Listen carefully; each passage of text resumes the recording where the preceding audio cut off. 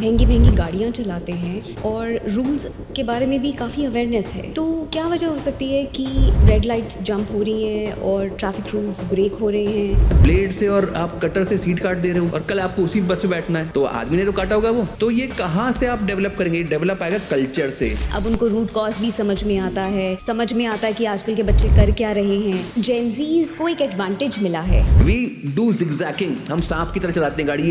ये गाड़ी चलाने का तरीका नहीं है। आपको नहीं पता जिसको आपने ऐसे क्रॉस किया उसकी मेंटल स्टेट क्या है, उसका रिएक्शन टाइम उसके पास है या नहीं। सर, हम मीडिया बैकग्राउंड से आते हैं। मीडिया क्या हमें सही स्टैट्स देती है? सब इन्फॉर्मेशन करेक्टली मेंशन करती है? तो यहाँ पे आपको ओवर स्पीडिंग ज़्यादा मिलेगी, आपको रैश ड्राइविंग ज़्यादा मिलेगी, आपको एटीट्यूड मिलेगा, यहाँ कोई रिस्पॉन्सिबल बिहेवियर मिलेगा। कैरेक्टर में है, मतलब ये शायद एयर में है। जहाँ तक हमें ट्रांसफॉर्मेशन लेकर आना है, वो ये लेकर आना है कि नेगेटिव से हम लोगों को पॉजिटिव कैसे करें। हम लोग सारे कार्य, जैसे ट्रैफिक का ही काम है, हम सब कुछ करते हैं, ट्रैफिक के बारे में सोचते नहीं। हम सब कुछ करते हैं, बात कैसे करनी है इसके बारे में पता ही नहीं है। What should be my body language, what should be my hand movement. Hello, welcome to Dil Se with सिमरन। आज हम एक ऐसे शख्स से मिलेंगे जिन्होंने सिर्फ बातें ही नहीं की, बल्कि सड़कों पे उतरकर बदलाव किए हैं। The Indian traffic guru, road safety के strong voice, national level cricketer, car racing champion and एक powerful communicator. So let's welcome the most youngest TV debater, Shri Shailesh Sinha ji. Thank you Simran. Shailesh ji, आपका दिल से विद सिमरन पे बहुत बहुत स्वागत है. बहुत सुंदर नाम रखा है, दिल से विद सिमरन। जो भी यहाँ पर आएगा दिल से बात करिए आपके साथ में। जी बिल्कुल. आजकल देखा जाता है लोग बहुत एजुकेटेड हैं, महंगी महंगी गाड़ियाँ चलाते हैं और रूल्स के बारे में भी काफ़ी अवेयरनेस है. तो क्या वजह हो सकती है कि रेड लाइट्स जंप हो रही हैं और ट्रैफिक रूल्स ब्रेक हो रहे हैं? देखिए, इसमें बहुत सारी चीज़ें हैं। सबसे पहले मैंने बोला एटीट्यूड। एटीट्यूड आपका केवल अपने लिए नहीं होना चाहिए। I me myself is wrong attitude if you are living in a society. You need to be thinking of everybody else also. आपकी जर्नी इंपॉर्टेंट है, बट समझिए जो लाल बत्ती पे साइड में खड़ा है उसकी जर्नी भी इंपॉर्टेंट है। सो आपको ये समझना ज़रूरी है कि मेरे अलावा बाकी जो अपने दौड़ में भाग रहे हैं, जो जीवन के लिए भाग रहे हैं, उनकी जर्नी भी इंपॉर्टेंट है। नंबर एक। नंबर दो, कि आप ये समझिए ना कि आप लाल बत्ती पर अगर खड़े, मैं लाल बत्ती एग्जाम्पल इससे देता हूँ कि यहाँ पर खड़े होकर आप सोच सकते हैं कि मैं जा रहा हूँ, मेरा एग्ज़ाम है आगे, मेरे पड़ोस वाला शायद उसकी वाइफ हॉस्पिटल में है, जो 3 गाड़ी छोड़ के बैठा है शायद वो शमशान घाट से वापस आ रहा है अपने किसी परिजन को जला करके या दाह संस्कार करके। आप समझिए, एक और एक को पहुंचना है यार, अगर मैं नहीं पहुंचूंगा तो मेरा जहाज छूट जाएगा, ट्रेन छूट जाएगी। So you need to understand the psyche of people on the road. आप सबको एक पैरामीटर में नहीं ले सकते, हर आदमी अलग सोच में चल रहा है वहां पे। सो यहाँ पर एटीट्यूड की समस्या है, रिस्पॉन्सिबल बिहेवियर की समस्या है। रूल सबको पता है कि लाल बत्ती पे रुकना है, हरी बत्ती पे चलना है, पीली बत्ती पर देखना है, दाएं बाएं कोई आ तो नहीं रहा, फिर ध्यान से चलना है, सबको पता है। ज़ेब्रा क्रॉसिंग सड़क पार करनी है, हालांकि ज़ेब्रा क्रॉसिंग हमारे देश में हर जगह नहीं है, बट फिर भी आप हिदायत अपने आप को दे सकते हो, दूसरों के लिए समझ सकते हो कि हाँ यार उसकी गलती हो सकती है और मेरा नुकसान हो सकता है, या मेरी गलती हो सकती है, किसी और का नुकसान हो सकता है। So you need to be responsible for everyone. Simran ji, गाड़ी और सड़क, गाड़ी समझिए हथियार, सड़क एक वॉर जोन। आपको बच के निकलना है वहाँ से। ये बेसिक पॉइंट को जिस दिन व्यक्ति समझ जाएगा, मैं बता रहा हूँ, जीवन में कभी कोई एक्सीडेंट नहीं करेगा। एक्सीडेंट तो दूर की बात है, किसी का चालान भी नहीं कटेगा। मुझे कितने साल हो गया, मैं रिकॉर्ड चेक कराऊँ, मैं नाम गाड़ी का नंबर बाद में बताऊँगा। सो आप चेक करो, मेरा 25 साल में एक भी चालान नहीं है। क्यों नहीं है? Because I am responsible driver. मेरी वाइफ का चालान नहीं है, 17 साल से वो गाड़ी चला रही हैं, because she is a responsible driver. So you need to be taking care of everyone else's journey. और समय से पहले निकल जाइए ना। आपको क्या ज़रूरत है लास्ट मोमेंट पे? आपको लास्ट मोमेंट मोटिवेशन क्यों चाहिए? आपको पता है मुझे वहाँ पहुँचना है, right. So you can be early also to that place and for that place. So you need to be responsible enough कि मेरी गलती से मेरा नुकसान ना हो और मेरी गलती से किसी और का नुकसान भी ना हो। बस इतना ही सोचना है, इतनी ही सोच चाहिए। अगर 2 लाख लोग सड़क पर मरते हैं ना हर साल, उसमें पता है 70% जो एक्सीडेंट और डेथ्स होती हैं, that is just because of irresponsible behaviour. Irresponsible behaviour मतलब ये कि मैं अगर रिस्पॉन्सिबल होता तो वो काम नहीं होता। बिल्कुल. बाकी 30% आते हैं कि रोड इंजीनियरिंग गलत है, गाड़ी खराब हो गई, टायर फट गया, वो अलग चीज़ है, वो आपके हाथ में नहीं है। बट बाकी 70% तो आपके हाथ में है, तो क्यों नहीं आप उसको मेंटेन करते हैं? तो क्या एजुकेशन हमें रिस्पॉन्सिबल नहीं बनाती? एजुकेशन हम नहीं करते मैम, समझिएगा, हम क्वालिफिकेशन करते हैं। Education is a character, qualification is certificates what you get. So education is a holistic thing, वो हम लोग करते ही नहीं। हमें क्या होना है, बीए पास करनी है, बीकॉम करना है, एमसीए करना है और एमबीए करना है, जो एमबीबीएस करना है या लॉ करना है। बट ये सब क्वालिफिकेशन है, आप समझो ना, क्वालिफिकेशन और एजुकेशन बहुत फ़र्क है। एजुकेशन इज़, अगर मेरे सामने दरवाजे पर कूड़ा उठाने वाला भी व्यक्ति आ रहा है तो मेरी एजुकेशन बताती है कि उसको भी रिस्पेक्ट देना है, ऑटो वाले से तमीज़ से बात करनी है, किराने वाले को रिस्पेक्ट देना। भाई मैं सोचा तेरे दुकान में पड़ा है, भगवान का कितना वो आशीर्वाद है कि मुझे तेरे ऐसा दुकानदार मिला कि मैं कुछ भी सोचता हूँ वो आपके पास पड़ा हुआ है। एजुकेशन आपको इन सब जगहों पर बताती है कि कितने एजुकेटेड हैं आप। क्वालिफिकेशन और एजुकेशन में कन्फ्यूजन है हमारे देश में। पर एजुकेशन हमें सिविक सेंस भी तो सिखाती है। वही तो एजुकेशन का, मैंने क्या बोला, एजुकेशन सिविक सेंस सिखाती है, बट रिस्पॉन्सिबिलिटी तो हमें लेकर के आनी है ना अपने पास से, हमारे परिवार से, एक माहौल से आती है ना कि हाउ रिस्पॉन्सिबल आई एम। आपने दिल्ली में रही हैं शुरू से, आपने देखा लोग सड़क पर थूकते चलते हैं, क्या आपने घर में थूकते हैं? नहीं, बेड से उठे, चल भाई थूक दिया दाएं बाएं, ऐसा होता है कभी? बिल्कुल भी नहीं। क्यों? क्योंकि उन्हें पता है कि घर की सफाई रखनी है, बिल्कुल शहर में घर क्यों नहीं है? रिस्पॉन्सिबल रहना है, घर पे लाइफस्टाइल फॉलो करना है। तो शहर में घर क्यों नहीं है? अब तो डीटीसी बसों में गद्दे वाले नहीं आते थे, मुझे याद है जब डीटीसी बस में हम चलते थे लोग ब्लेडों से काटते थे, मुझे तब भी लगता था कैसे लोग हैं, इन्हीं को बैठना है इसके ऊपर, और ब्लेड से और आप कटर से सीट काट दे रहे हो, और कल आपको उसी बस में बैठना है, रूट पे तो वही बस चलती है, बिल्कुल। तो आदमी ने तो काटा होगा वो। तो ये कहाँ से आप डेवलप करेंगे? डेवलप आएगा कल्चर से। एक ट्रांसफॉर्मेशन आना बहुत ज़रूरी है। हालांकि जेनजी है, मैं आज पढ़ भी रहा था जेनजी के बारे में, एंड इवन अल्फा किड्स के बारे में, they are becoming very very responsible towards society. They are getting too much into the zone कि हाँ यार सिविक सेंस इज इंपॉर्टेंट, दूसरों की मदद करना important, entrepreneurship is important, you know, अपने मन में जो विचार है उसके ऊपर काम करना इज इंपॉर्टेंट। अब वो उस जोन में नहीं है कि आपने दबाव दे दिया बेटा तेरे को डॉक्टर बनना है तो डॉक्टर बनना है, भले बच्चा करना चाहता है या नहीं करना चाहता उससे कोई फर्क नहीं पड़ता, बट बनना है तो बनना है बिकॉज बाप ने बोल दिया। लेकिन आज की जनरेशन जो है, जो पिछले 1997 ऑनवर्ड्स जो जनरेशन जन्म ली है, they practically are very good for the society. I mean उनको हम देखते हैं कि पार्टी कर रहे हैं, बिगड़ते जा रहे हैं, नहीं, उनका वो जोन है, ठीक है ना, वो वहाँ भी टॉप पे हैं। एंटरप्रेन्योर्स जितने स्टार्टअप अब होते हैं पहले हुए थे? नहीं, पहले ऐसा नहीं होता था। ठीक है ना, जितनी डेस्टिनेशन वेडिंग से जितने इंटरनेशनल ट्रैवल्स होते हैं पहले होते थे? नहीं, नए कंसेप्ट हैं ये सब। So we as X Gen X या उससे पहले वाले अगर हम लोग हैं, मुझे पता नहीं कौन से वाले हम लोग, तो we actually need to learn from this Gen Zs and alphas. They are beautiful people. When you speak to them, they are so clear in their thoughts. They are so apt कि मैं ये जानता हूँ, ये करूँगा, मेरे को मुझे कोई पुश नहीं कर सकता मुझे ये करना है, ये करना है, ये करना है, मुझे जो करना है मुझे वही करना है। And that is why they are able to contribute better. Because at least they have a track of their own design and they are following that. But क्या आपको ऐसा लगता है कि लोग ये responsibility towards state and taking care of the community government के ऊपर थोप देते हैं कि ये गवर्नमेंट का काम है, हमारा नहीं है? देखिए, 2-3 चीज़ समझने वाली है। आप जैसे विदेश ट्रैवल करेंगे ना, you would understand basic thing that people are also responsible towards society, towards their nation, towards their state. India में क्या है कि कहीं ना कहीं जो पॉलिटिकल सिनेरियो रहा है पुराना, वो गड़बड़ तो रहा है, क्योंकि आपने एक आइडल जोन क्रिएट नहीं किया कि हम रिस्पेक्ट से देखें पॉलिटिशियंस को। आपने एक आइडल जोन नहीं क्रिएट किया कि हम कई बार अथॉरिटीज को रिस्पेक्ट से नहीं देखते। हम बोलते हैं रिश्वत चलती है, रिश्वत चलती है, चलती होगी तभी तो बोलते हैं ना लोग। बिल्कुल। सो आपको कल्चर का एक, आप सिमरन चाहे चेंज कर दूं या शैलेश चाहे चेंज कर दूं, नहीं होगा। It has to be a holistic approach towards transformation, right? And the question what you ask कि सिस्टम को चेंज होना ज़रूरी है, हम लोग रिस्पेक्ट कैसे डेवलप करें। अब मैं बोल रहा हूँ ट्रैफिक के बारे में, अब मैं देखता हूँ ट्रैफिक पुलिस वाले कई बार सीट बेल्ट नहीं लगाए थे, जिप्सी जा रही होती है बिना सीट बेल्ट के, इंस्पेक्टर बैठे हुए अंदर।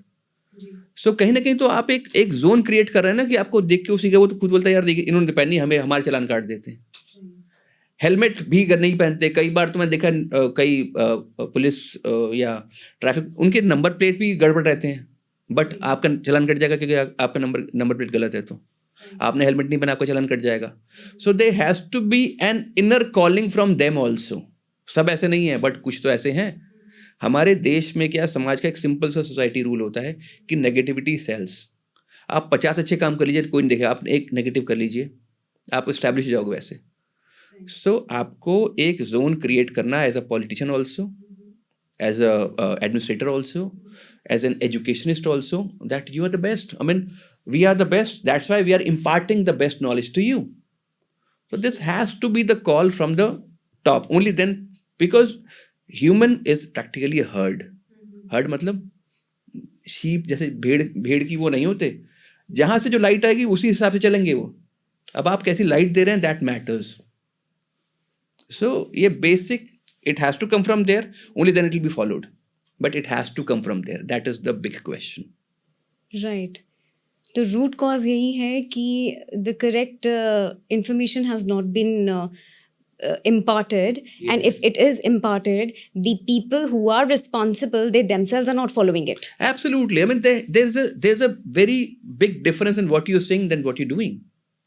तो इस माइंडसेट को चेंज कैसे किया जा सकता है? देखिए, मैंने बोला ना, it needs transformation. Nothing would happen just overnight. Things are happening. I mentioned about this generation.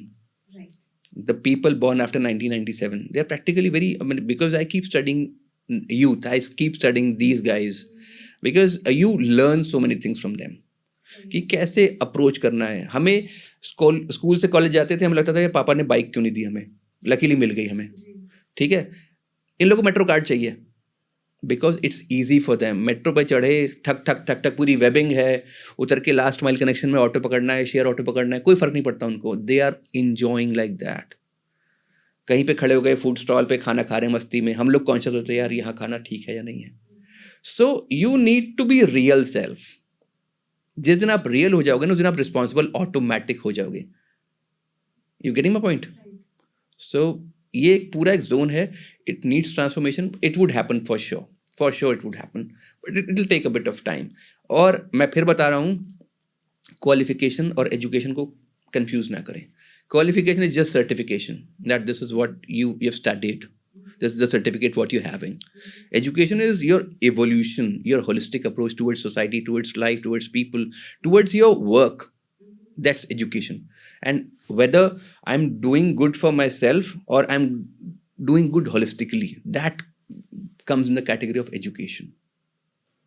Well, आपने अभी जेनजीज के बारे में इतना बोला कि बहुत रिस्पॉन्सिबल हो गए हैं, एंड ज़्यादातर वो अपने स्टेट के लिए करते हैं और बढ़कर अच्छाई की तरफ बढ़ रहे हैं, and they are becoming a good example for the society.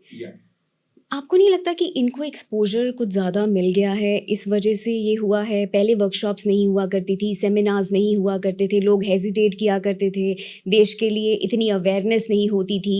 अब जो हमारा कल्चर एड ऑन हुआ है आगे, वीडियोस का कल्चर है, लोग वीडियोस से बहुत कुछ सीखते हैं. It is also one part of education only.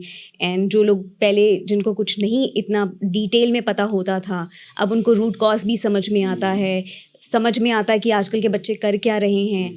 तो जेनजीज को एक एडवांटेज मिला है, एंड वो अपनी ऐसी एज में स्टेप्स बढ़ा रहे हैं जिसमें उनका माइंड प्रॉपरली हम मोल्ड कर सकते हैं विद राइट एजुकेशन. मोल्ड आप नहीं कर रहे, वो उन्हीं के साथ हो रहा है, वो खुद मोल्ड कर रहे हैं अपने आप को. हाँ जी, with right education, with the exposure which they are getting, तो उनको एडवांटेज मिला है. तो हम जो लोग, जो पीछे वाली जनरेशन है, जिन्होंने अभी इतने स्टेप्स नहीं पिकअप करे हैं, तो उनको हम कहीं ना कहीं ब्लेम नहीं कर रहे. नहीं, देखिए, every generation has different type of advantages, and it is always advantageous, positive advantageous than the previous generation.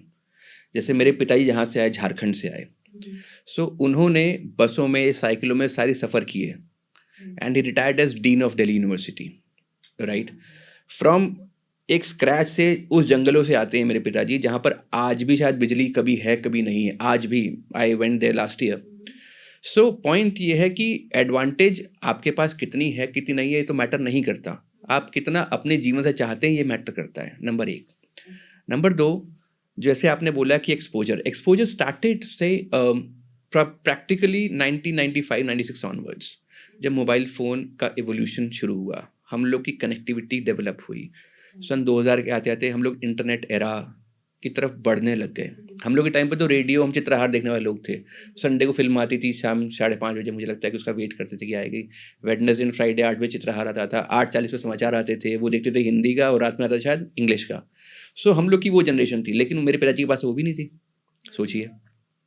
So every next generation would have some different and positive changes in terms of, you know, societal और engineering advantages. ये जो evolution हुआ है अभी, जो आपने generation के नाम लिए, इनको इंटरनेट एरा डे 1 से मिला।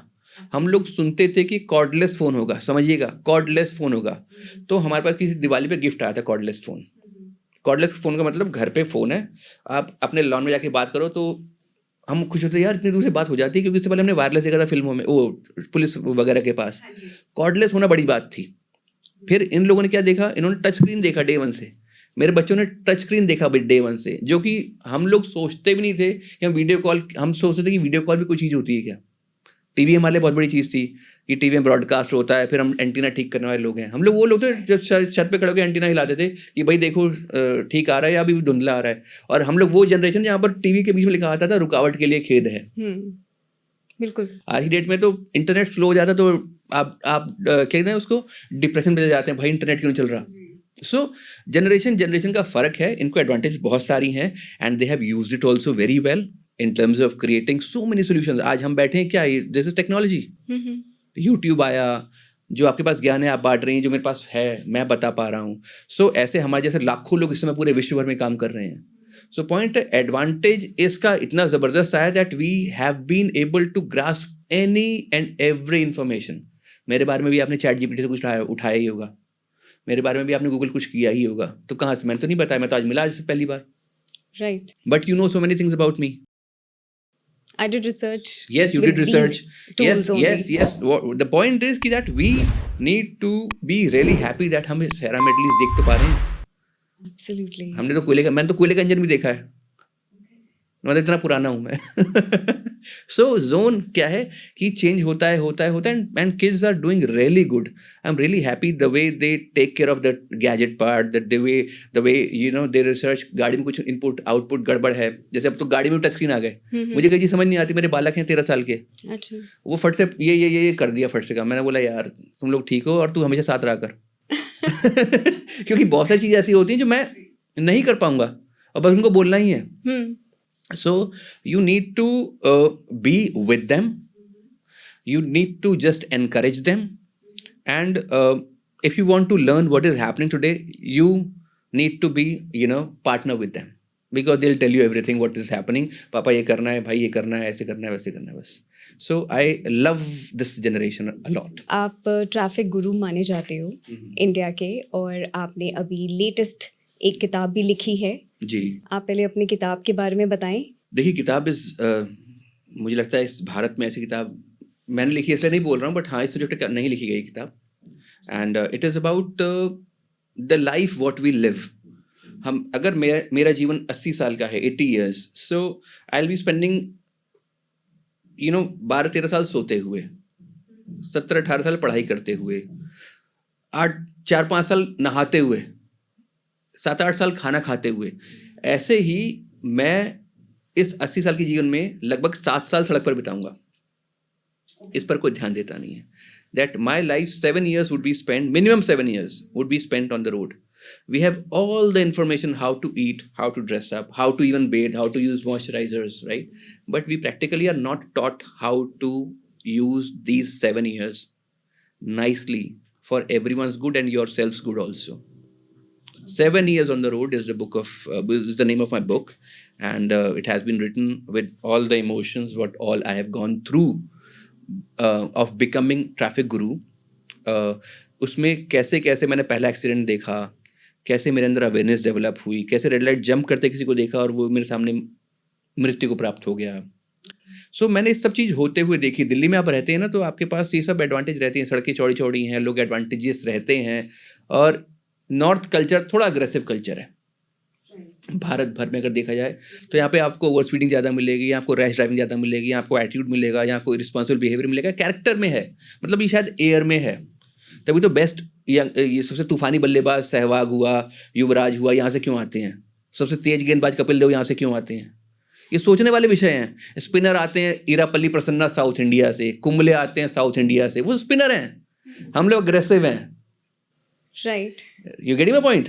सो स्किल बैडमिंटन प्लेयर सब साउथ से आएंगे, लेकिन जहाँ जेवलिन थ्रो आएगा इंडिया से, नॉर्थ इंडिया से आएगा। क्यों? We are we are aggressive by air, by atmosphere. ऐसे कुछ सोचता नहीं, मैं आपको सोचवा रहा हूँ, दिखा रहा हूँ कि सच्चाई ये है।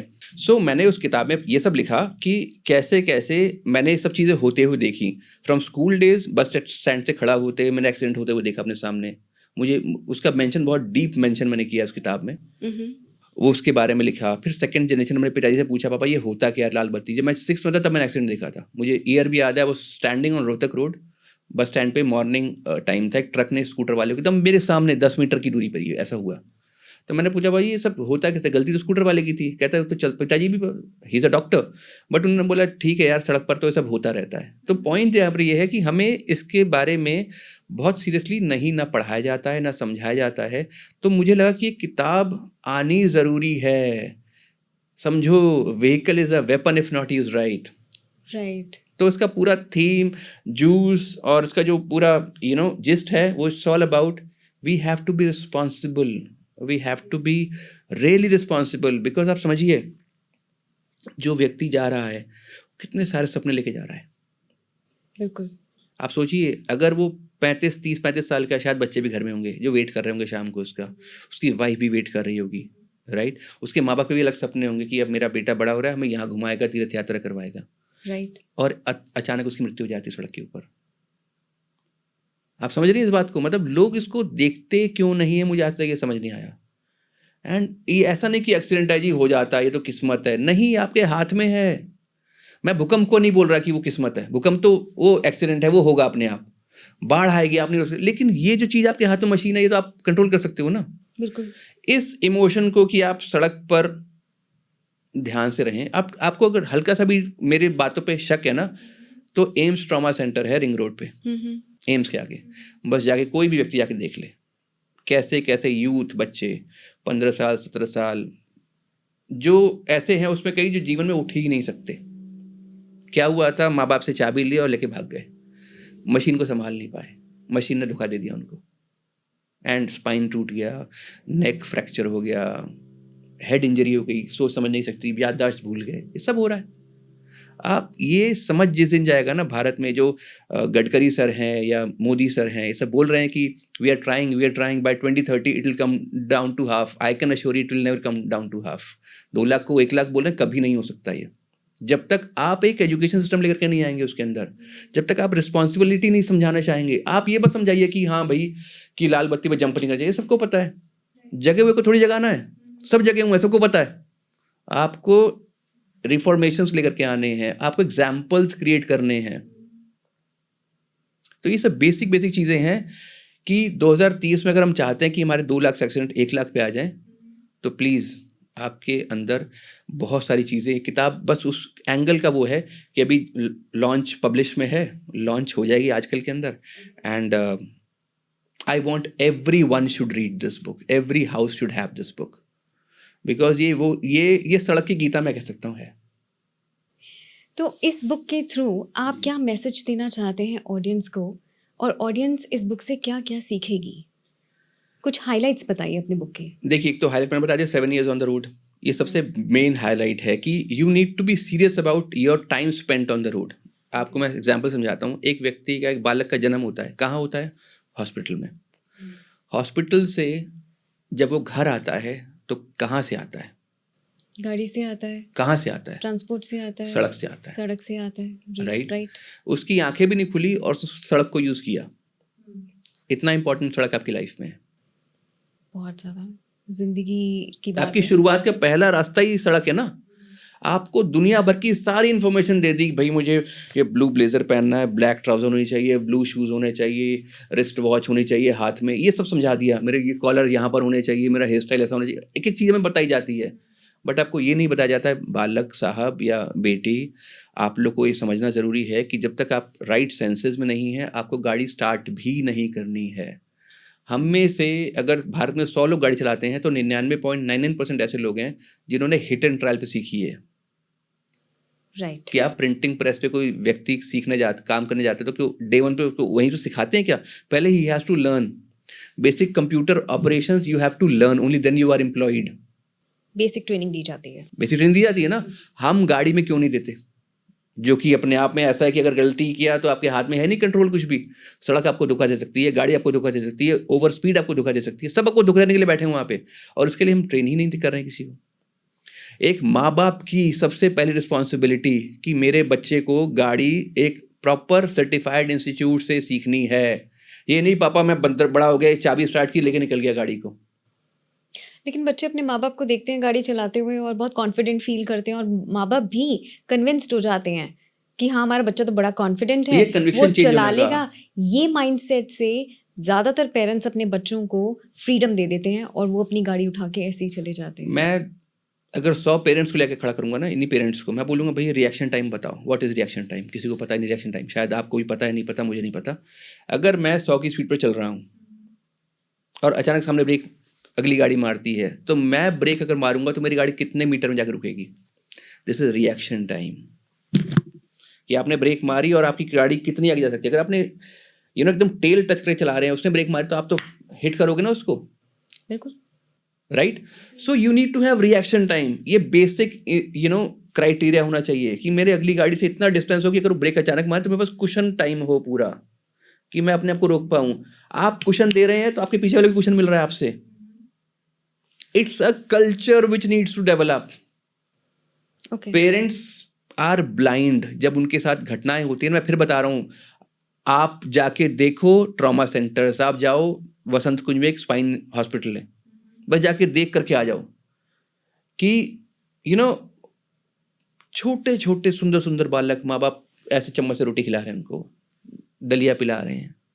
कौन है वो बच्चे? फिट एंड फाइन बच्चे थे वो। Right. Accident comes without telling you, but you need to be prepared for that point coming to you, that yes, this can happen to me, and with my mistake this can happen to somebody else also, जो अपने बहन के सपने लेके जा रहा है, अपने सपने लेके चल रहा है, अपने माँ बाप के सपने लेके चल रहा है अपने कंधों पे। आपने क्या किया? हल्का सा ओवर स्पीड किया, शराब के नशे में पिया, उड़ा दिया उसको। Absolutely. आपके ऊपर स्ट्रिक्टर पनिशमेंट भी चाहिए, जहां मैं तो बोलता हूं कि अगर आपने शराब पी के गाड़ी चलाई और आपने एक्सीडेंट किया तो आप पर अटेम्प्ट टू मर्डर लगना चाहिए। और अगर उसमें एक्सीडेंट में किसी की मृत्यु भी हो जाती है, अगर हो जाती है तो भगवान न करे कभी किसी की हो ऐसे, तो जो गाड़ी ड्राइवर है he should be termed as a killer. उसके ऊपर सारे वही धाराएं लगनी चाहिए जो एक हत्यारे पे लगती है, बिकॉज वो व्यक्ति तो बेचारा चुपचाप जा रहा था ना, शराब आपने पी थी और आपने सोचा भी नहीं। ये बेसिक इमोशंस लाने बहुत ज़रूरी हैं सिमरन। मैं शराब के नशे में या किसी और नशे में गाड़ी ना चला रहा हूँ, मैं ओवर स्पीड नहीं कर रहा हूँ, मुझे रिएक्शन टाइम पता है, व्हाट इज़ लेन ड्राइविंग मुझे पता होना चाहिए। बेसिक्स हैं, बट बेसिक्स इतने स्मार्ट है। लेन ड्राइविंग को मैं समझाता हूँ। चलिए, लेन ड्राइविंग किसी को पता नहीं लेन ड्राइविंग होती क्या है। हम सब ने 100 मीटर्स दौड़ देखी है। हाँ जी। स्प्रिंट यहाँ शुरू होती है 9 सेकंड में, 9.5 सेकंड में, वो या जो फास्टेस्ट है वो 9.5 से उसेन बोल्ट 9 सेकंड में पूरी कर देता है। तो वो क्यों कर पाता है? बताइए क्यों कर पाता है? ट्रैक्स बने हुए वहां पे, जो दौड़ रहा है अपने ट्रैक में दौड़ रहा है, सारे पहुंचेंगे। किसी को इससे डर नहीं है कि मेरा ट्रैक वाला इधर आ जाएगा, ये ट्रैक वाला इधर आ जाएगा, ये ट्रैक, किसी को गिरने का भी डर नहीं है, इसलिए अपने पूरे जान से दौड़ रहा है वो। राइट। अश्योर्ड है कि मैं लेन क्रॉस नहीं कर रहा, कोई और भी लेन क्रॉस नहीं करेगा। There are dedicated lanes. That is what the road is all about. We do zigzagging. हम सांप की तरह चलाते हैं गाड़ी। ये गाड़ी चलाने का तरीका नहीं है। आपको नहीं पता, जिसको आपने ऐसे क्रॉस किया उसकी मेंटल स्टेट क्या है, उसका रिएक्शन टाइम उसके पास है या नहीं है, उसकी बॉडी अलाइनमेंट कैसी काम करती है नहीं करती है, वो तो घबरा भी सकता है। बिल्कुल। आपने ऐसे क्रॉस किया, आपके लिए तो टशन हो गया, आपके लिए स्टाइल हो गया वो, बट हो जाए उसके लिए वो हार्ट ब्रेक हो जाए, होता है उसके लिए वो कार्डियक अरेस्ट हो जाए, आपको नहीं पता। तो आपको ट्रैक में चलना है, आपको ट्रैक डिफाइंड है। You have to run your race in your track. True. This is lane driving, कि किसी और को आपसे डर ना हो। अगर कोई आपको क्रॉस भी कर रहा है तो उसको ये डरना होगी कि असल कहीं क्रॉस तो नहीं कर देगा मुझे, अपनी ट्रैक में चलिए। बहुत सारे एक्सीडेंट्स इसलिए होते हैं कि आप लेन चेंज करते रहते हैं बिना बताए, because you do not know how to communicate on the road. Indicators are communicators, flash lights are communicators. ये बेसिक नॉलेज आपको होनी चाहिए। हालांकि मेरे दिमाग में 2 सवाल आ रहे हैं इससे रिलेटेड। जी। पहला सवाल तो यही है जो आपने अभी ट्रॉमा सेंटर्स के बारे में बताया। जी। तो कहीं ना कहीं हमारे पेरेंट्स इर्रिस्पॉन्सिबल हैं अपने बच्चों को समझाने में, क्योंकि बच्चों की तो गलती नहीं है, उनमें जोश बहुत होता है, उन्हें समहाउ पैम्पर भी किया जाता है। उन्होंने बचपन से देखा है उनके पेरेंट्स गाड़ियाँ चलाते हैं, उनको कहीं ना कहीं कॉन्फिडेंस आ ही जाता है और वो कन्विंस करते हैं अपने पेरेंट्स को। तो क्या हमारे पेरेंट्स को और रिस्पॉन्सिबल बनने की एब्सोल्युटली, ज़रूरत है? आपको घर से ही शुरू करना पड़ेगा और माँ बाप को एक्चुअली में सीरियस होना पड़ेगा। और ये पॉडकास्ट भी उन्हीं माँ बाप के लिए जिनके बच्चे 12, 15, 14 साल के हैं मेनली। जो आगे के हैं, जो पीछे के, उनको देखना ही चाहिए। बट इस एज के लिए बहुत सेंसिटिव पॉइंट है, बिकॉज उनके बच्चे को अब सड़क पर उतरना है। इंटरव्यूज के लिए जाएगा, कॉलेज के लिए जाएगा, फर्दर स्टडीज के लिए जाएगा, यारी दोस्ती के लिए नाइट आउट्स करेगा, कई बार क्लबिंग भी करेगा। तो we need to understand, the parents needs to understand that they need to show this podcast to them and themselves also. And जैसे हम आपकी किताब के बारे में बात कर रहे जी। थे, तो क्या ये मैसेज आपकी किताब कन्वे करती है? हाँ हाँ, एकदम करती है। मैंने तो उसमें एक स्टोरी भी बड़ी अच्छी लिखी है। मैं थोड़े दिन पहले एक विदेश में था, मैं रशिया में था। अच्छा। और मैं किसी क्लब में था, क्लब का नाम भी बता रहा हूँ, जिप्सी क्लब था मॉस्को में। ओके। तो वहाँ पर बड़ा ज़बरदस्त माहौल था, पार्टीज चल रही थी। तो मैं 3-4 बजे वैसे उतर के नीचे आया फॉर अ ब्रेक। ओके। और मेरे मन में भी बेचारा देखूं कि यहाँ पर भी तो लोग निकलते हैं ना, सबने शराब पी हुई है या विस्की, अल्कोहलिक जोन में है सारे के सारे। So how do they manage? Okay. I am a non alcoholic, right? So I had all the senses right to see कि what is happening around me. So मैं उतर के नीचे आया। And the best part about that club was the security was checking each and every person जो जा रहा था वहाँ से, कि सर आप नशे में तो नहीं हैं। अगर आप नशे में हैं और आपके पास गाड़ी है तो हमारे पास ड्राइवर है जो आपको हम दे रहे हैं। ट्रू। ये आपको आपके घर छोड़ के आएगा तरीके से। नाइस। जो भी पैसे हैं इसके 300-400 वहाँ के लोकल रूबल के हिसाब से आप दे दीजिएगा इसको। And they were very happy in that state because it's a system there, I guess. Okay. ये हमारे कनॉट प्लेस के क्लब्स में नहीं है। रात के समय आप जाइए, आपको हर 15 मिनट में, 10 मिनट में, 2 मिनट में लोग उतरते दिखेंगे, गाड़ी भी लेके जा रहे हैं अपने। जी बिल्कुल। सो ये कल्चर आना ज़रूरी है। ये माँ बाप से भी आएगा, ये सोसाइटी की तरफ से आएगा। एक कल्चर आता है ना, मेट्रो आज से 2003 में आई शायद, मेट्रो दिल्ली में 2003 में शायद मेट्रो दिल्ली में आई। उससे पहले तो मेट्रो कल्चर नहीं था ना। बिल्कुल भी नहीं। अब तो मेट्रो के जगह जगह होर्डिंग लगते हैं कि आज हमने 68 लाख लोगों को दिल्ली में घुमाया इधर से उधर। अब तो होर्डिंग लगते हैं बड़े बड़े। तो कल्चर डेवलप होता है। अब लोग को मेट्रो, मेरे जेब में भी, मेरे पास गाड़ी अच्छी है पर मेरे पास मेट्रो कार्ड भी है। क्यों? क्योंकि कल्चर एक ऐसा आ चुका है कि आपको अब इतना नहीं सोचना कि कोई क्या सोच रहा है मेरे बारे में। Right. So you need to be responsible in using public transport, need to be responsible in using your vehicle, you need to be responsible following traffic rules. Basic उसमें कुछ भी ऐसा नहीं है कि मैं बोल रहा हूँ कि भैया आपको नासा में पढ़ाई करके आपको स्पेस पे जाना है। ये बेसिक से पॉइंट हैं। आपको पता है ब्रेक मारता हूँ गाड़ी रुकती है तो ब्रेक कब मारनी है पता होना चाहिए। एक्सेलरेटर लेता हूँ तो गाड़ी तेज भागती है तो मुझे कितना लेना है मुझे पता होना चाहिए। बेसिक से पॉइंट है ना, उससे ज़्यादा क्या। ये भी आप नहीं कर पा रहे हैं। 2 लाख लोग सड़क पर मर रहे हैं हर साल, 2 लाख लोग। It's a big figure actually, right. मैं भी पूछता हूँ, अहमदाबाद क्रैश में 250 लोग गए, बहुत दुखद था देश के लिए, विश्व के लिए। बट 12 घंटे में हमारे भारत देश में हर रोज एवरी 12 आवर्स 250 लोग मर चुके होते हैं सड़क पे। My God. ये ऐसे बिट्स एंड पीसेस में होता है कि दिखाई नहीं जाता। साल में एक साथ स्टैट्स दिखाई दिए जाते हैं। That's a big number. Big number नहीं, it's big family losses. It's not just number for me. आप सोचो ना, एक व्यक्ति जो मरता है अकेला नहीं मरता, उसके माँ बाप के सपने मरते हैं, उसके बच्चों के सपने मरते हैं, उसके भाई बहन के सपने मरते हैं, उसके खुद के सपने मरते हैं। आप समझते क्यों नहीं उन सब बातों को? बेसिक सा पॉइंट है ये। क्या मैंने 35 साल 40 साल का जीवन जिया है सड़क पर मरने के लिए कल? और भी कहीं मेरी शायद गलती ना हो, किसी और गलती से। Is it right? This needs to be sensitised in such a way. मैं तो बोलता हूँ कि बनाओ ना, ट्रांसपोर्ट मिनिस्टर चेंज करता हूँ ना दुनिया को. बिल्कुल. जब मेरा एक्सपीरियंस 25 साल का इसी फील्ड का, मैं बात कर सकता हूँ, मुझे समझ में आता है क्या क्या हो सकता है. कहाँ चेंज लाना है आपको? एजुकेशन सिस्टम में चेंज लेकर के आना है. वो ला ही नहीं रहा कोई भी. एक चैप्टर पढ़ा दिया कि लाल बत्ती ऐसी है, ज़ेब्रा क्रॉसिंग, ये नहीं है. आपको मेंटल इवोल्यूशन लेकर के आना है. This is such a serious subject. You are quite observant, और आपने बहुत डेप्थ में ट्रैफिक रूल्स, स्पीड के बारे में समझा है. और जो आप समझा रहे हो ये डेफिनेटली हमारी ऑडियंस को बहुत बेनिफिट करने वाला है. लेकिन इस पे एक सवाल और है कि जैसे आपने बोला कि लोग गाड़ियाँ चलाते हैं और उनके एक्सीडेंट्स हो जाते हैं, एंड कई बच्चे हैं जो विदाउट परमिशन भी अपनी गाड़ियाँ ले जाते हैं. कहीं ना कहीं लोगों के दिमाग में बहुत सारी चीज़ें चल रही होती हैं. तो क्या आप इसे डिप्रेशन, एंजाइटी, जो डिफरेंट प्रॉब्लम्स हैं उनकी लाइफ में, उनको भी ब्लेम कर सकते हैं? आपकी every activity, what ever your activity is defined by your previous zones, what is happening in your life, right? Right. Driving भी वही एक चैप्टर है. आप सुबह, आपका रीचिंग टाइम ऑफिस 9:30 बजे है. राइट. आप घर से ही 9 बजे निकल रहे हो, आपको पता है 45 मिनट लगते हैं घर ऑफिस पहुंचने में. वो भी जब कंडीशंस अच्छी हों. उसके बाद आपको जाम भी मिलेगा, बिल्कुल मिलेगा. रेड लाइट भी आपको लंबी दिखाई देगी, लोग भी आपको गलत चलाते दिखेंगे. उसी हड़बड़ी में आप गलत चलाना शुरू कर दोगे. सो हर जगह एंग्जाइटी काम करती है, हर जगह डिप्रेशन काम करता है, हर जगह डिफरेंट माइंडसेट काम करता है, हर जगह आपके इमोशंस काम कर रहे हैं. जब भी आप, अभी भी आप मेरे साथ बैठे हो, कहीं ना कहीं इमोशंस चल रहे होंगे आपके. ये basic, you know, we are human, we are living. So हमारे सारे इमोशन चल रहे हैं कि मेरे को यार इसका फ़ोन आने वाला है. मैंने फ़ोन अभी एयरप्लेन मोड पे किया कि किसी का फ़ोन आए तो उसका मैसेज ऑलरेडी चला जाए कि भाई कहीं बैठा हूँ.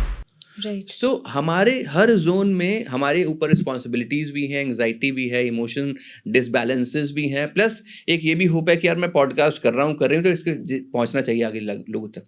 ये भी एक टारगेट है मन में. बिल्कुल. राइट. तो हम लोग प्रैक्टिकली टारगेट ओरिएंटेड हैं. अगर हमारी चीज़ अलाइंड नहीं होती तो हम डिस्टर्ब होते हैं. तो आपको जब भी कार की सीट पर बैठना है या टू व्हीलर की सीट पर बैठना है, या अगर आप ट्रक चला रहे हैं, तो बेसिकली काम जोन में बैठे हैं आप, कि सारे दाएं बाएं होते रहेंगे. बट अभी जो मेरा काम है वो ये है, one work at a time. Right. Only then you can be safe. एक बस ड्राइवर है, उसको लगता है कि मैं बस अच्छी तरह चला लेता हूँ. ही should B practically so responsible, because उसके भरोसे 35 लोग बैठे हैं गाड़ी में. हम कभी पूछते हैं ड्राइवर कितने साल से चला रहे हो तुम गाड़ी? फिर हम देखते हैं एक्सीडेंट हो गया, बस पलट गई पहाड़ के, ऐसा होता है ना. गलती किसकी थी? ड्राइवर की. गया कौन? 35 पैसेंजर्स. No, 35 families. हर व्यक्ति किसी ना किसी का सपना है, समझिएगा. राइट. मैं मेरे बच्चों का सपना हूँ. राइट. मुझे कुछ होगा तो उनको दुख होगा नहीं होगा? मैं अपनी वाइफ का सपना हूँ, मुझे कुछ होगा तो उनको दुख होगा नहीं होगा? क्या मैनेज कर पाएंगी वो? मेरे बाद क्या क्या मैनेजमेंट को करना पड़ेगा, कुछ आइडिया है किसी को? फैमिलीज ब्रेक हो जाती हैं. फैमिलीज ब्रेक हो जाती है, रिदम बिगड़ जाता है. रिदम बिगड़ जाता है. सो ये बेसिक पॉइंट है कि आपको whenever you are on the driver seat, it's a request. Be calm, be nice, be responsible. Think of everyone else's journey around you. Only then you will have safe journey, and everyone else would have safe journey because of you. And thank yourself. जैसे ही आपने आज की journey complete की, अपनी शाम को जब भी घर पहुंच रहे हैं, जहाँ पहुंच रहे हैं, अपने आप को धन्यवाद दीजिए कि मेरी वजह से मैं तो सेफ हूँ, मैंने किसी को नुकसान नहीं पहुंचाया. बट नहीं तो इमोशनल होना है, और होना क्या है इससे ज़्यादा बताइए ना. मैं अभी कल गया Dehradun by road, new year का मतलब पार्टी वार्टी थी तो हम गए.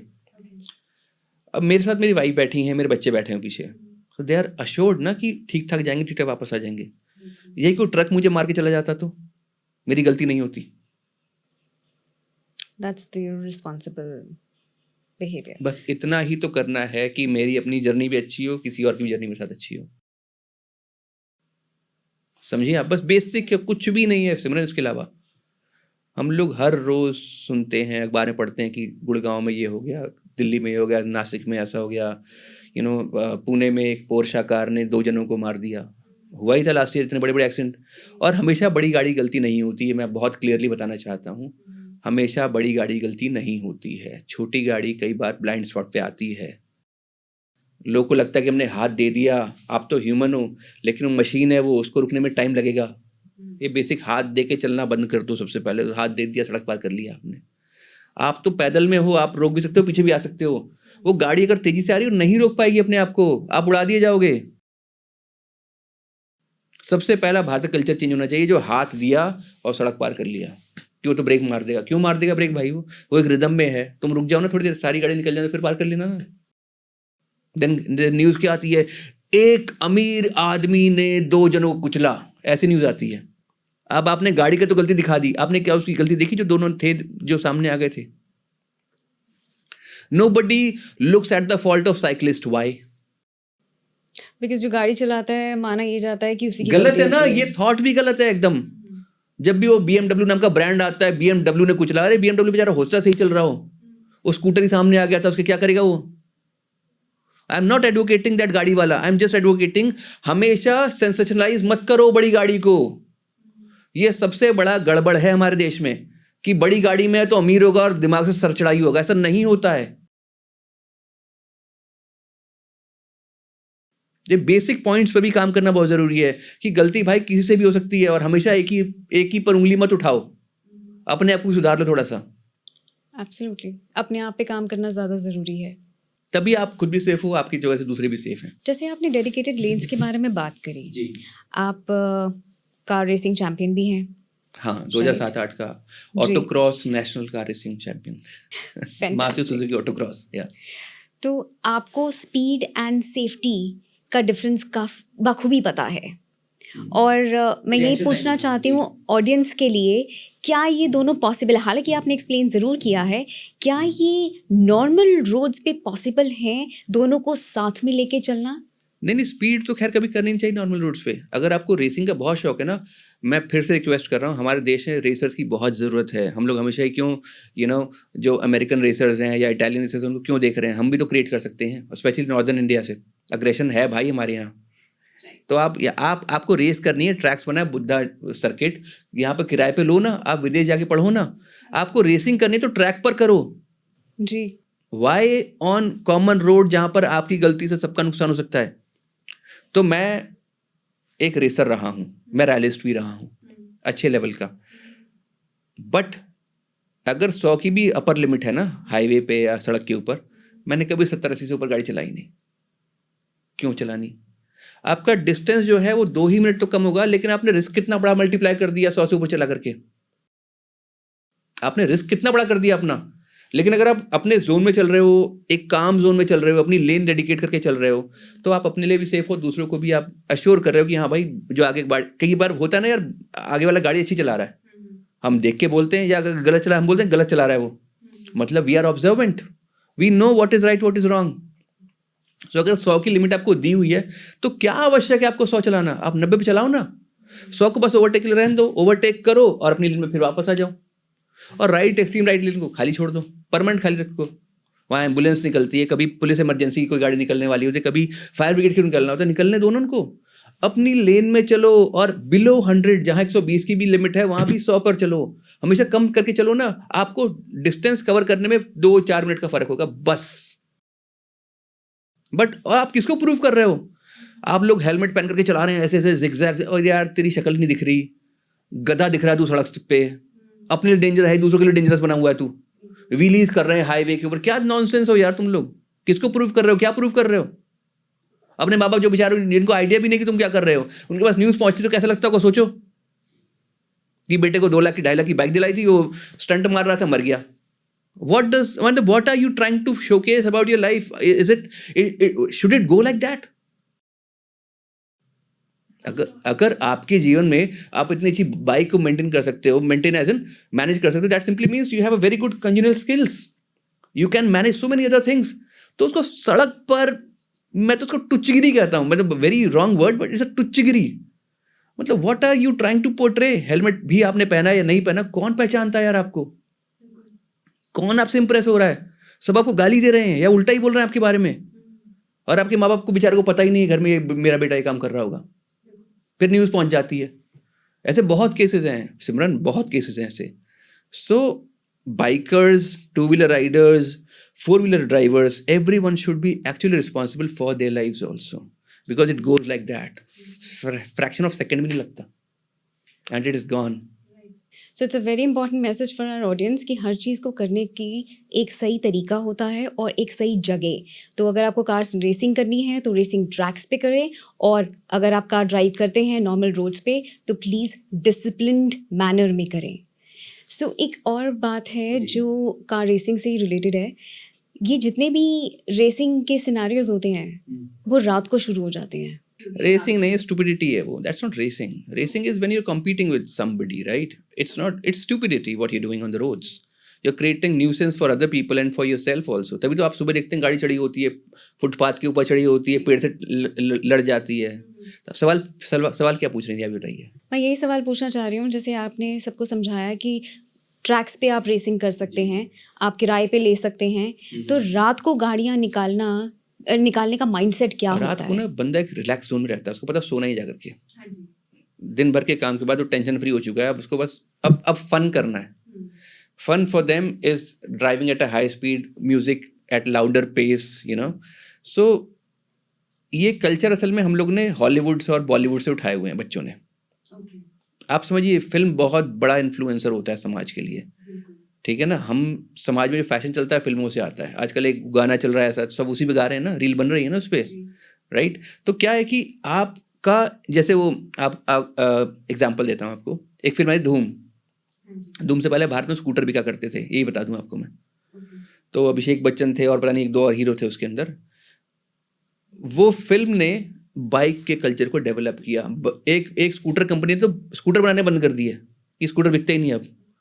वो फिर बाइक पर शिफ्ट हो गए पूरी तरीके से, जबकि भारत की सबसे बड़ी स्कूटर बनाने की कंपनी थी वो।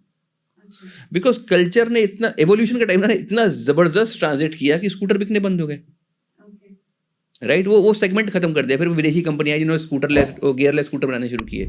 सो फिल्मों के साथ मैं जितने भी बड़े बड़े डायरेक्टर प्रोड्यूस देख रहे हैं, तो आप ना कहीं एजुकेटिव जोन भी क्रिएट करो। हर बार आपको शराबें ही नहीं दिखानी, हर बार आपको दंगे ही नहीं दिखाने, हर बार आपको हमले और बंदूक गोलियां ही नहीं दिखानी है ना।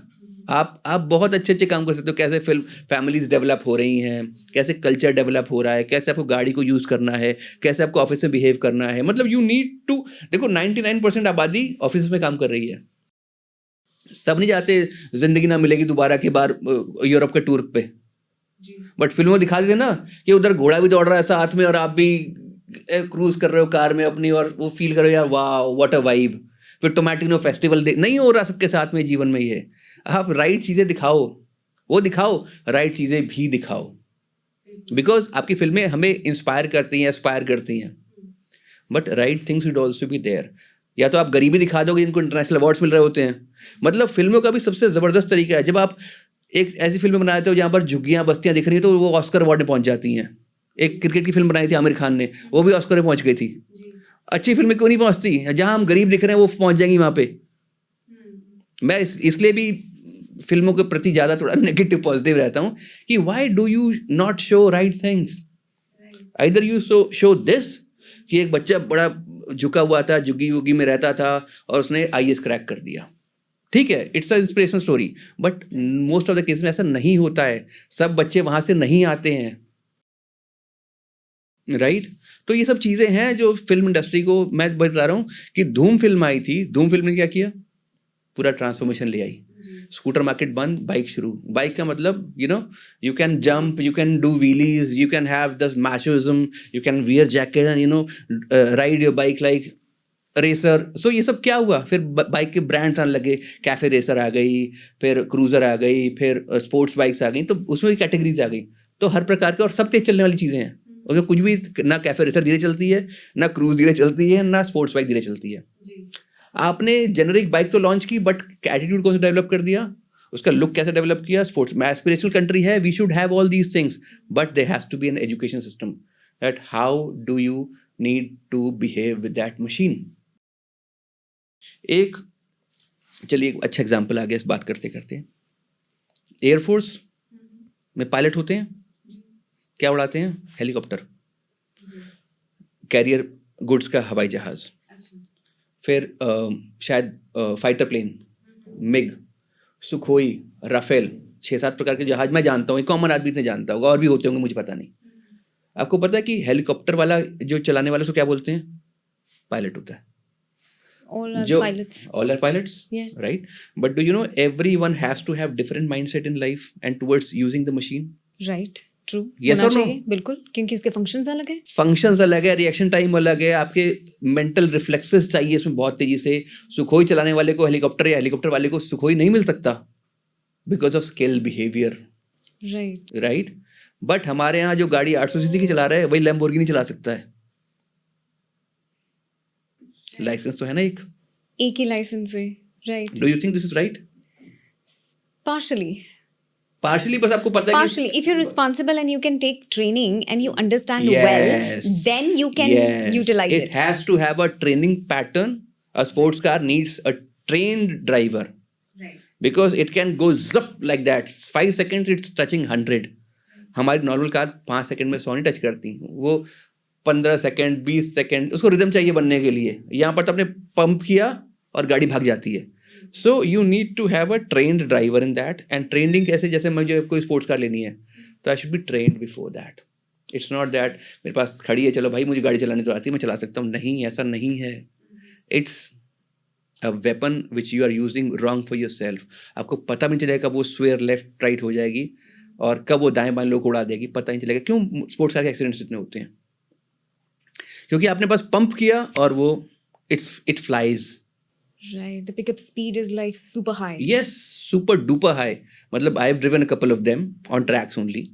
वो आप पैर छुओ और ऐसे भागती है, आपको लगता है कि मुझे कुछ दिख भी क्यों नहीं रहा, फिर आपको रोकना पड़ता है अपने आप को कि भाई नहीं, this is not my cup of tea. But in our zone things are happening. एक मोपेड चलाने वाला 100 सीसी बाइक भी चला सकता है उसी लाइसेंस पे, वही फिर 500 सीसी भी चला सकता है उसी लाइसेंस पे, वही 1000 सीसी चला सकता है उसी लाइसेंस पे, जबकि सारी की सारी मशीनरी डिफरेंट है, इनका हैंडलिंग डिफरेंट है, इनके बैलेंस डिफरेंट है, इनकी पावर डिफरेंट है। तो आपके उसके थ्रू, पॉडकास्ट के थ्रू मैं गवर्नमेंट से ही बोलूँगा कि please change the licence category also. They has to be right licence for the right vehicle. सारी व्हीकल का एक स्टैंडर्डाइज लाइसेंस नहीं होना चाहिए। LMV doesn't mean all the cars, HMV doesn't mean all the trucks और buses, right? So it has to have a segregation. Only then we can see safer roads. Well, आपकी किताब और क्या-क्या advice and convey करती है message audience के लिए?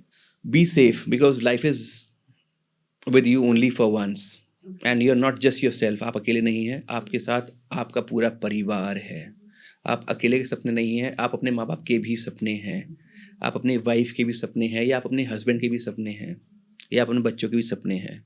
सो मेरी ये किताब मेनली ये बताती है कि जर्नी है ना, जीवन is also it's a travel.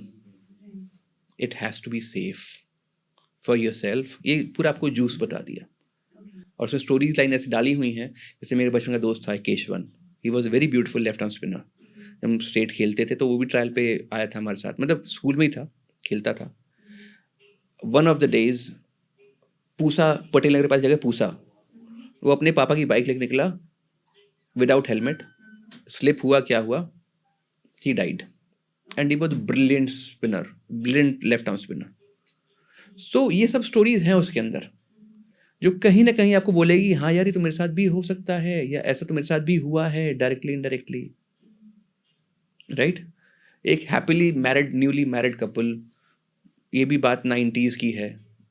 वो शादी के बाद साल 6 महीने बाद कहीं जा रहे हैं, वो ट्रक मार के चला गया दोनों को। कितने सपने खाए सोचिए आप। वो शादी मैंने अटेंड की थी उनकी, इसलिए मुझे पता है, वो भी मैंने मेंशन किया। That's very painful. It's painful, it's happening every day. It's happening every day. 500 लोग जो घर से निकल रहे हैं, इतने सारे लोग निकल रहे हैं, लेकिन 500 लोग ऐसे हैं जो कभी घर वापस नहीं आएंगे। कितनी बड़ी बात है, every day in India. This is a high alert scenario. Super duper high alert. It's not alert scenario. अब तो यहाँ कुछ चेंजेस आ जाने चाहिए, केवल हम बातें ना करें कि हम रोड सेफ्टी वीक मना रहे हैं जी, हम रोड सेफ्टी मंथ मना रहे हैं जी, nonsense. You need to create a revolution, only then things will happen in a positive way. वैसे तो बहुत सारी चीज़ें हैं जो आप ऐड कर सकते हो, बट मैं आपके ज़रिए एक बात पूछना चाहती हूँ कि अगर आपको पावर दी जाए ट्रैफिक रूल्स बनाने की रूल्स नहीं, हाँ रूल्स या तो बने हुए हैं, उसमें उनको बस यूज ही करना है. मॉडिफिकेशंस हाँ जी, हाँ जी, हाँ मॉडिफिकेशंस जी, हाँ लाने जी, की, हाँ जी, हाँ जी. तो आप क्या क्या मॉडिफिकेशंस लाएंगे? सबसे पहले तो लाइसेंस का सेग्रीगेशन, ओके. राइट. एंड 18 साल क्या 16 साल भी किया जा सकता है. 16 साल में बच्चा इतना परिपक्व हो जाता है कि he is right for the roads, right. तीसरा, आपके जो शराब पी के जो आप गाड़ी चलाते हैं, नशे में गाड़ी चलाते हैं या ओवर स्पीड चलाते हैं, उसमें केवल आपका नॉर्मल मोटर व्हीकल एक्ट नहीं लगना चाहिए, आपके ऊपर अटेम्प्ट टू मर्डर या मर्डर लगना चाहिए. ये स्ट्रिक्टर लॉ जिस दिन आएगा उस दिन, जैसे हमने 10,000 का चलान शुरू किया, सरकार ने चलान होने कम हो गए थे. हर आदमी को 10,000 रुपये जाते डर लगता है ना. बिल्कुल. फिर लेकिन मिनिस्ट्री से आया, कहाँ से आया भाई, इतना ज़्यादा क्यों? आप तो एक तरफ बचाना भी चाह रहे हो, एक तरफ रिलीज भी कर रहे हो, नहीं कम देंगे कोई बात नहीं. कम में फिर लोगों को लगता है कि चल ठीक है ना, हम मैनेज कर लेंगे. जब ज़्यादा चलान हुआ, you need to be stricter with the law when it comes to road usage. Challan का आप इंटेंसिटी बढ़ा दीजिए, आप मूवमेंट्स भी बढ़ा दीजिए, रॉन्ग वे बढ़ा दीजिए. अभी आज ही टाइम्स ऑफ इंडिया में है, दिल्ली एनसीआर की पॉस्ट सिटी कौन सी? गुड़गांव. ठीक है, सबसे रिच, सुपर डुपर रिच, सबसे बड़े स्टार्टअप्स वाले सारे वहीं रहते हैं. आज के स्टैट्स, सन 2025 में 2 लाख चालान हुए हैं वहां पे केवल रॉन्ग वे ड्राइविंग के. रॉन्ग वे मतलब जब ट्रैक ऐसे बना हुआ है चलने का, वहां पे लोग रॉन्ग वे आ रहे हैं. कहाँ से आ रहे हैं? Arrogance, attitude, non fearing of the law. ऐसे ही फिर उन्होंने ओवर स्पीडिंग के भी लगभग ऐसे ही होंगे 80-90 हज़ार रुपये, 80-90 हज़ार ओवर स्पीडिंग के हैं. फिर ऐसे ही मतलब पूरा स्टैट्स दिया तो 4.5-5 लाख चलान हुए हैं इन्हीं छोटी छोटी चीज़ों में. और वो हैं जो हुए हैं, इससे 6 गुना तो हुए ही नहीं होंगे जो कि होते हैं. रेड लाइट तो रोज जंप कर रहा है आदमी, कितनी बार चलान कटता है उसका? 2 लाख के चालक तो रिकॉर्ड में आए हैं, हुए तो 20 लाख हैं, 25 लाख हैं. तो ये सिटी का कैरेक्टर पता चलता है कि how is the city as character. तो गुड़गांव में अगर इतने नंबर आ रहे हैं, ऐसे आ रहे हैं, that what does that mean? That means कहीं ना कहीं तो एरोगेंस है, कहीं ना कहीं एटीट्यूड प्रॉब्लम है, कहीं कहीं रिस्पॉन्सिबिलिटी वाला जोन और बिहेवियर नहीं है. तो यहाँ पे गवर्नमेंट भी लीनियंट है कहीं ना कहीं. लीनियंट तो गवर्नमेंट, देखो गवर्नमेंट लीनियंट नहीं होगी तो कैसे चलेगा? बट हमें रिस्पॉन्सिबल होना है ना.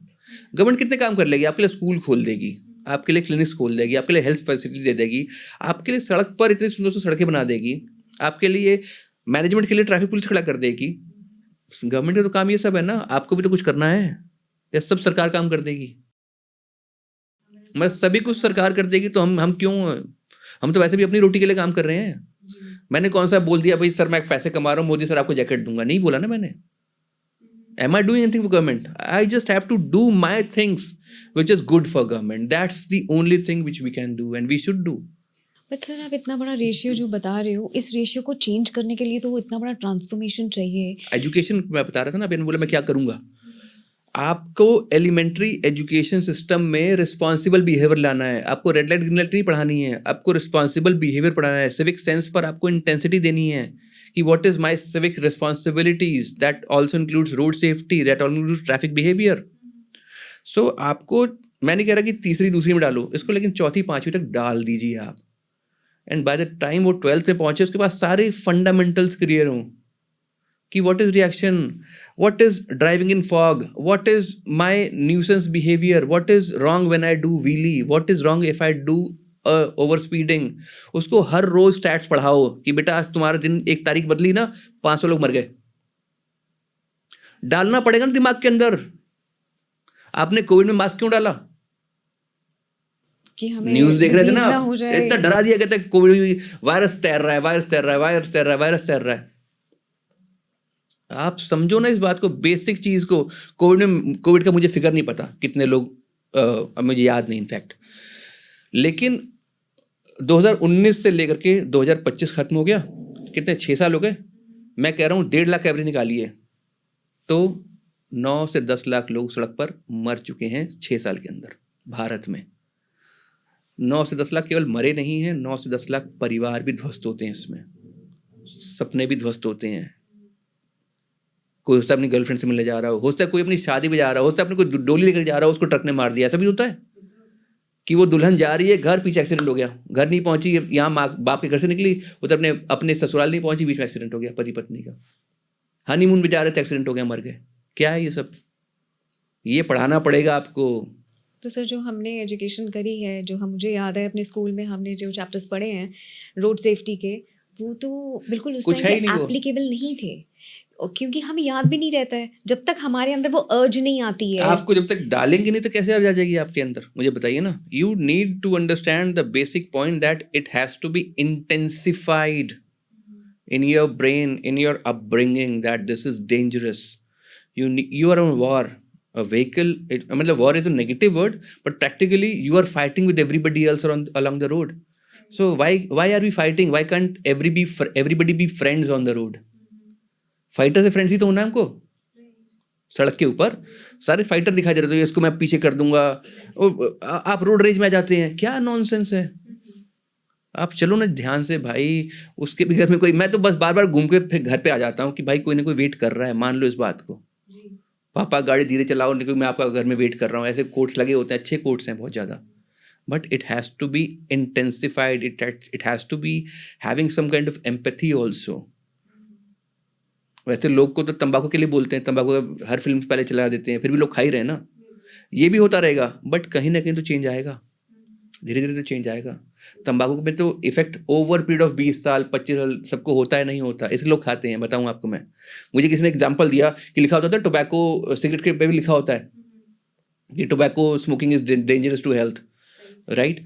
प्रैक्टिकली ये आप होते देख नहीं रहे हो ना किसी के साथ, इसलिए आपको लगता है यार उसमें तो लिखा होता है, लेकिन तब भी लोग पी रहे हैं ना भाई। उसमें तो फिर भी अगर कुछ होगा तो 20 साल 25 साल 30 साल बाद होगा, यहाँ तो 1 सेकंड में हो जाएगा, पता भी नहीं चलेगा। तो आपकी हीरोपंती कहाँ पहुंचा देगी आपको। अब मुझे ऐसा फील हो रहा है कि रोड्स कितनी अब आप भी ध्यान चलेंगे अब। ऑनेस्टली एकदम से मेरे दिमाग में यही फील आ रहा है कि यार रोड्स कितनी नहीं, अब आपको मेरी सारी dangerous बात, होती हैं। जो ये पॉडकास्ट देखेगा उसको ये बात जिंदगी भर याद रहेंगी। A vehicle is a weapon if not used right, and you will be spending not less than 7 years on the road. 7 साल मिनिमम है, तो you need to be qualified and educated both for the same. Right sir, आप media background से आते हो, तो media क्या हमें सही स्टैट्स देती है, सब इंफॉर्मेशन करेक्टली मेंशन करती है?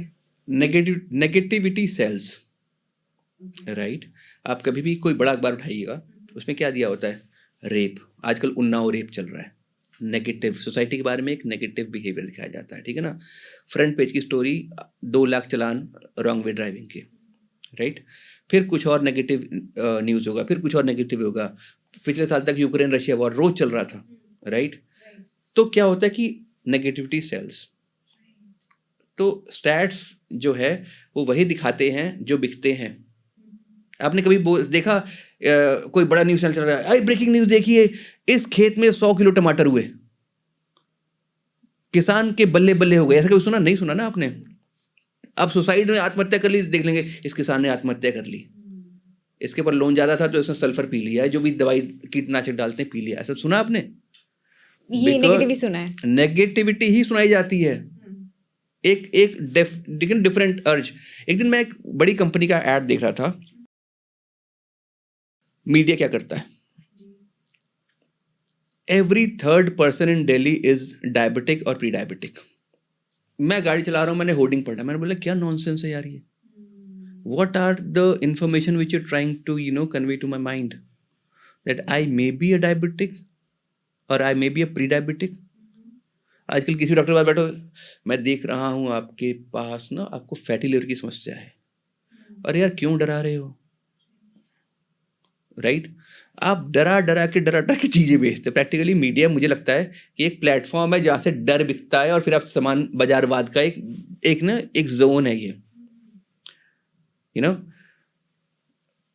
बहुत खतरनाक चीज़ है।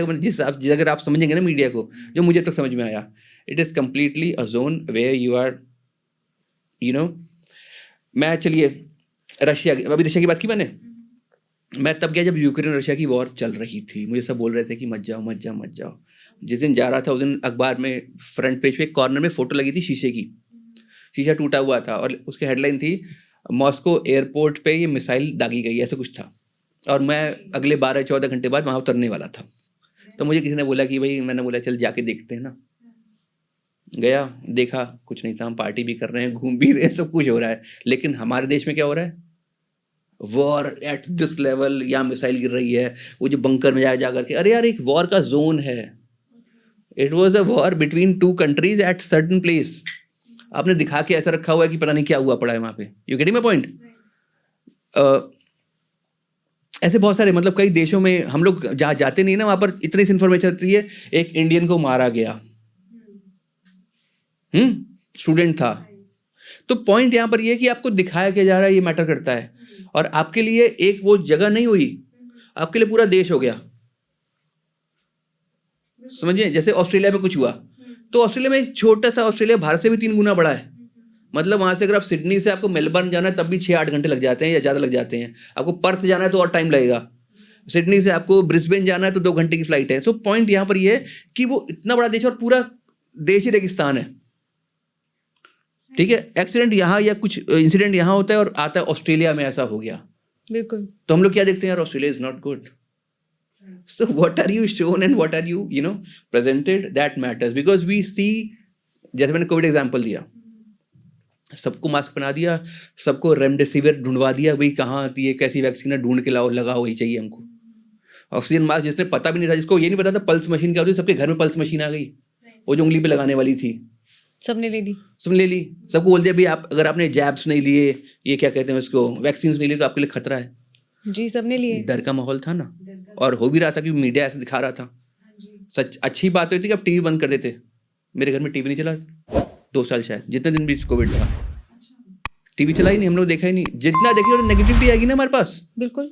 सो मीडिया का, मेरे को ऐसा लगता है, आपको डिबेट दिखा देते हैं, 4 इधर पॉलिटिशियन बैठा है, इधर पॉलिटिशियन बैठा है, भिड़े जा रहे हैं, and just after that they are having tea. यार ये अच्छी डिबेट आज की, आज तो ही हो जाएगा। So this is the way things are happening. But उन डिबेट से कुछ हेल्पफुल मिलता नहीं है, बट इट इज सोल्ड ना। नहीं, आप तो चलो आप दिल्ली में रह रही हैं, आप नहीं देख रही, मैं भी नहीं देखता, बट बहुत सारे प्रांत और शहर हैं, देखी जाती है, लोग देखते हैं यार ये क्या हो गया, क्योंकि उनके लिए दिल्ली मतलब दिल्ली है। अच्छा, आप पटेल नगर रहती हैं या कहीं रहती हैं, आप कितनी बार पार्लियामेंट हाउस के अंदर गई हैं? अभी तक एक बार भी नहीं गई।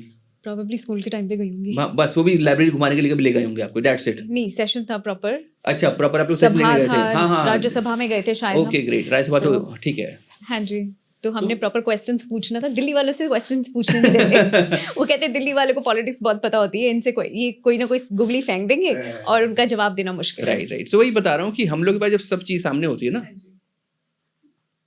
उस पर हम ध्यान नहीं देते, लेकिन जब हमारे फीड हो रहे होते हैं ना, उस पर हम बहुत ध्यान देते हैं। न्यूज़ में क्या आया, FM पे क्या आया, कोई भी नेगेटिविटी आएगी फट से वायरल भी होने लग जाएगी मोबाइल पे, रील्स पे। हमारी भी शायद कोई बात वायरल हो जो अच्छी हो, लेकिन और हमने अच्छी बातें की अभी तक। सो पॉइंट ये कि ऐसी चीज़ें वायरल हों तो समझ में आया कि भाई घर बचा रहे हैं, हम लाइफ बचा रहे हैं, हम एजुकेट कर रहे हैं, हम रिस्पॉन्सिबल बना रहे हैं, हम देश के नागरिक को और वो कर रहे हैं, सशक्त कर रहे हैं कि भाई you are safe for me, for everybody else and for your self also. तो यही मेरा सवाल था कि हमारे न्यूज़ चैनल एजुकेटिवली क्यों नहीं एक्ट करते, जिससे कि हमें और हमारे पेरेंट्स को नॉलेज मिले इन चीज़ों की, जिससे हमारी ज़िंदगी बचे। देखिए, ऐसा नहीं है कि नहीं करते हैं, बट उनकी जो फ्लेवर होता है वो मोर ऑफ नेगेटिव होता है, लेस ऑफ पॉजिटिव होता है। तो हमारे देश में बिकता क्या, हर जगह नेगेटिव ही बिकता है। एक बड़ी अच्छी स्टोरी है, वो टाइल साइकोलॉजी। एक व्यक्ति बड़ा सुंदर आर्किटेक्ट होता है, प्लस बिल्डर भी अच्छा होता है। वो ना बड़ा सुंदर सा स्विमिंग पूल बनाता है, बहुत ज़बरदस्त स्विमिंग पूल बनाता है। तो उसके बाद ना उसको पार्टी करते, उसको लॉन्च करने के लिए कि यार लॉन्च करना है इसको, और बेसिकली वो एक इंटेंशन से कर रहा होता है। उसने इतने बड़े ओलंपिक साइज स्विमिंग पूल पे एक टाइल छोड़ दी होती है, बस एक टाइल छोड़ी होती है। सो सब आते हैं, वाइन डाइन चल रहा है, जो भी कहते हैं उसको, चीज़ एंड वाइन पार्टी चल रही होती है। सबसे बस फीडर लेते हैं कि वो such a lavish swimming pool, what is your feed on that. तो 80% क्या जवाब देते हैं, अच्छा था, वो टाइल अच्छी नहीं लग रही थी मेरे को। समझे आप मेरी बात को? तो हम लोग की एक साइकोलॉजी है, अगर हम नेगेटिविटी ढूंढते हैं, वो इतने 50 मीटर का स्विमिंग पूल इतना खूबसूरत सा बना दिया, धांसू सा, उसमें टाइल वर्क कर दिया, वाटरफॉल, वाटर फ्लो सब कुछ अच्छा दे दिया, उसने ट्रैक से सुंदर सुंदर बना दिए, एक अच्छा एम्बियंस दे दिया उसके आसपास। लेकिन हर आदमी क्या छोटी टाइल को देख रहा होता है। हम 97 नंबर ले आए ना 100 में से, तो जो 97 नंबर लाने वाले बच्चे ना, वो 97 के लिए खुश नहीं हो रहे होते हैं, वो 3 नंबर के लिए रो रहे होते हैं। तो क्या है ये, आपको पढ़ाया गलत जा रहा है यार। आप 97% वाले व्यक्ति हो, 80% वाले खुश हो जाओ ना यार। एब्सोल्युटली, तो खुशी की बात है। बल्कि आप 3 नंबर के लिए रो रहे हो क्योंकि हमें नेगेटिविटी को बढ़ा करके दिखा दिया जाता है। पॉइंट यहाँ पर सबसे बड़ा ये है। तो media has a very beautiful role, they can change the thought process of the Indians which probably would happen. या आपके जैसे, हमारे जैसे कुछ ऐसे लोग अपना चैनल लेकर के आएंगे तो इसी थॉट प्रोसेस से लेकर के आएंगे, भाई हमारा काम न्यूज़ देना नहीं, न्यूज़ देने के लिए वाले साहब बैठे हुए हैं, हमारा काम अच्छाई देने का है। जैसे कि आप इंडिया के ट्रैफिक गुरु हो, तो आपका भी एक शो आना चाहिए न्यूज़ चैनल पे, जिससे कि हमें कुछ एजुकेशन करेक्ट मैनर में मिल सके और करेक्ट डायरेक्शन लोगों को मिल सके। बिकॉज आई थिंक इस चीज़ की बहुत कमी है, और कहीं ना कहीं लोग स्पेशल इन्फॉर्मेशन नहीं ढूंढते हैं कि डिसिप्लिन क्या है, रोड डिसिप्लिन क्या है। अगर आप विजुअल के फॉर्म में या शो के फॉर्म में देखें तो ज़्यादा लर्निंग मिलती है। देखिए, मैं कर रहा हूँ, ऐसा नहीं है, मुझे ये काम करते लगभग आज 19 साल हो गए। 2006 से मैं टीवी डिबेट्स कर रहा हूँ, टीवी शोज़ कर रहा हूँ, रोड सेफ्टी पे, ट्रैफिक पे, थैंक्स टू आज तक, जिसने मुझे सबसे पहली बार शोकेस किया टीवी पे एज ट्रैफिक एक्सपर्ट। सो ये 2006 की बात है, हाँ 6 या 7, 6 की बात है, राइट। सो हम लोग कर रहे हैं, बट वो भी क्या करें बेचारे, या कोई बड़ा चैनल क्या करे, ये सेलेबल प्रोडक्ट नहीं है बहुत ज़्यादा। अगर मैं जान बचा दूंगा तो हेडलाइन कह देंगे 5 लोग मरे, समझो ना। अगर मैंने बचा ही दिया या मैंने ज्ञान दे ही दिया इतना अच्छा, तो वो फिर ब्रेकिंग न्यूज़ कैसे है कि बस खाई में गिरी। बट वो तो नेगेटिव है ना। बट न्यूज़ तो वही है ना। जहाँ तक हमें ट्रांसफॉर्मेशन लेकर आना है, वो ये लेकर आना है कि नेगेटिव से हम लोगों को पॉजिटिव कैसे करें। Social media is a very beautiful example. मैं तो बोलूँगा, बाकी मैं और सारे पॉडकास्ट में भी आऊँ, ऐसे ही आता रहूँ, so that because it at least reaches to people through mobile. News को मोबाइल से नहीं देखता, रील्स या पॉडकास्ट सब मोबाइल से देख रहे हैं, या और जो प्लेटफॉर्म्स आए कार में चलाते हुए देखते हैं, सुनते हैं। So that way we should be using more of a social media for this, because we are doing a social work. So social media should be the right platform, not TV media. TV media पे तो कई बार मना भी कर देता हूँ कि आज नहीं आ पाऊँगा मैं, बिकॉज मैंने देख लिया कि बहुत सारी चीज़ें कोई एडवांटेज नहीं होता, बस कहने में अच्छा लगता कि आज उस चैनल पे बैठा था, उस चैनल पे बैठा था, बट प्रैक्टिकली रेवोल्यूशन तो मोबाइल से ही आ रहा है। एब्सोल्युटली, सबके हाथ में मोबाइल्स हैं, वीडियोस हैं, उससे बहुत नॉलेज एंड एजुकेशन मिल रही है लोगों को। और जो लोग आई थिंक टीवी भी नहीं देखते हैं, मोबाइल सब देख रहे हैं ना। आप गांव देहात चले जाइए, झारखंड में भी गया था तो टीवी कहाँ चल रहा है, मोबाइल तो बच्चे बच्चे के हाथ में था। Everyone knows what is happening everywhere.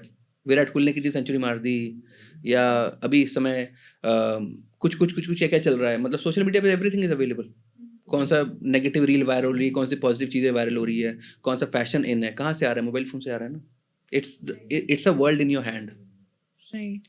Sir, हमने इतनी सारी बातें करी हैं, इन बातों में मैं ये जानना चाहती हूँ कि आप जैसे चैम्पियन भी रहे हैं कार रेसिंग के, एंड आप बहुत पावरफुल कम्युनिकेटर भी हैं, प्लस आप ने जो जर्नी देखी है लाइफ में, बहुत कुछ करते हुए आप एक ट्रैफिक गुरु बने हैं।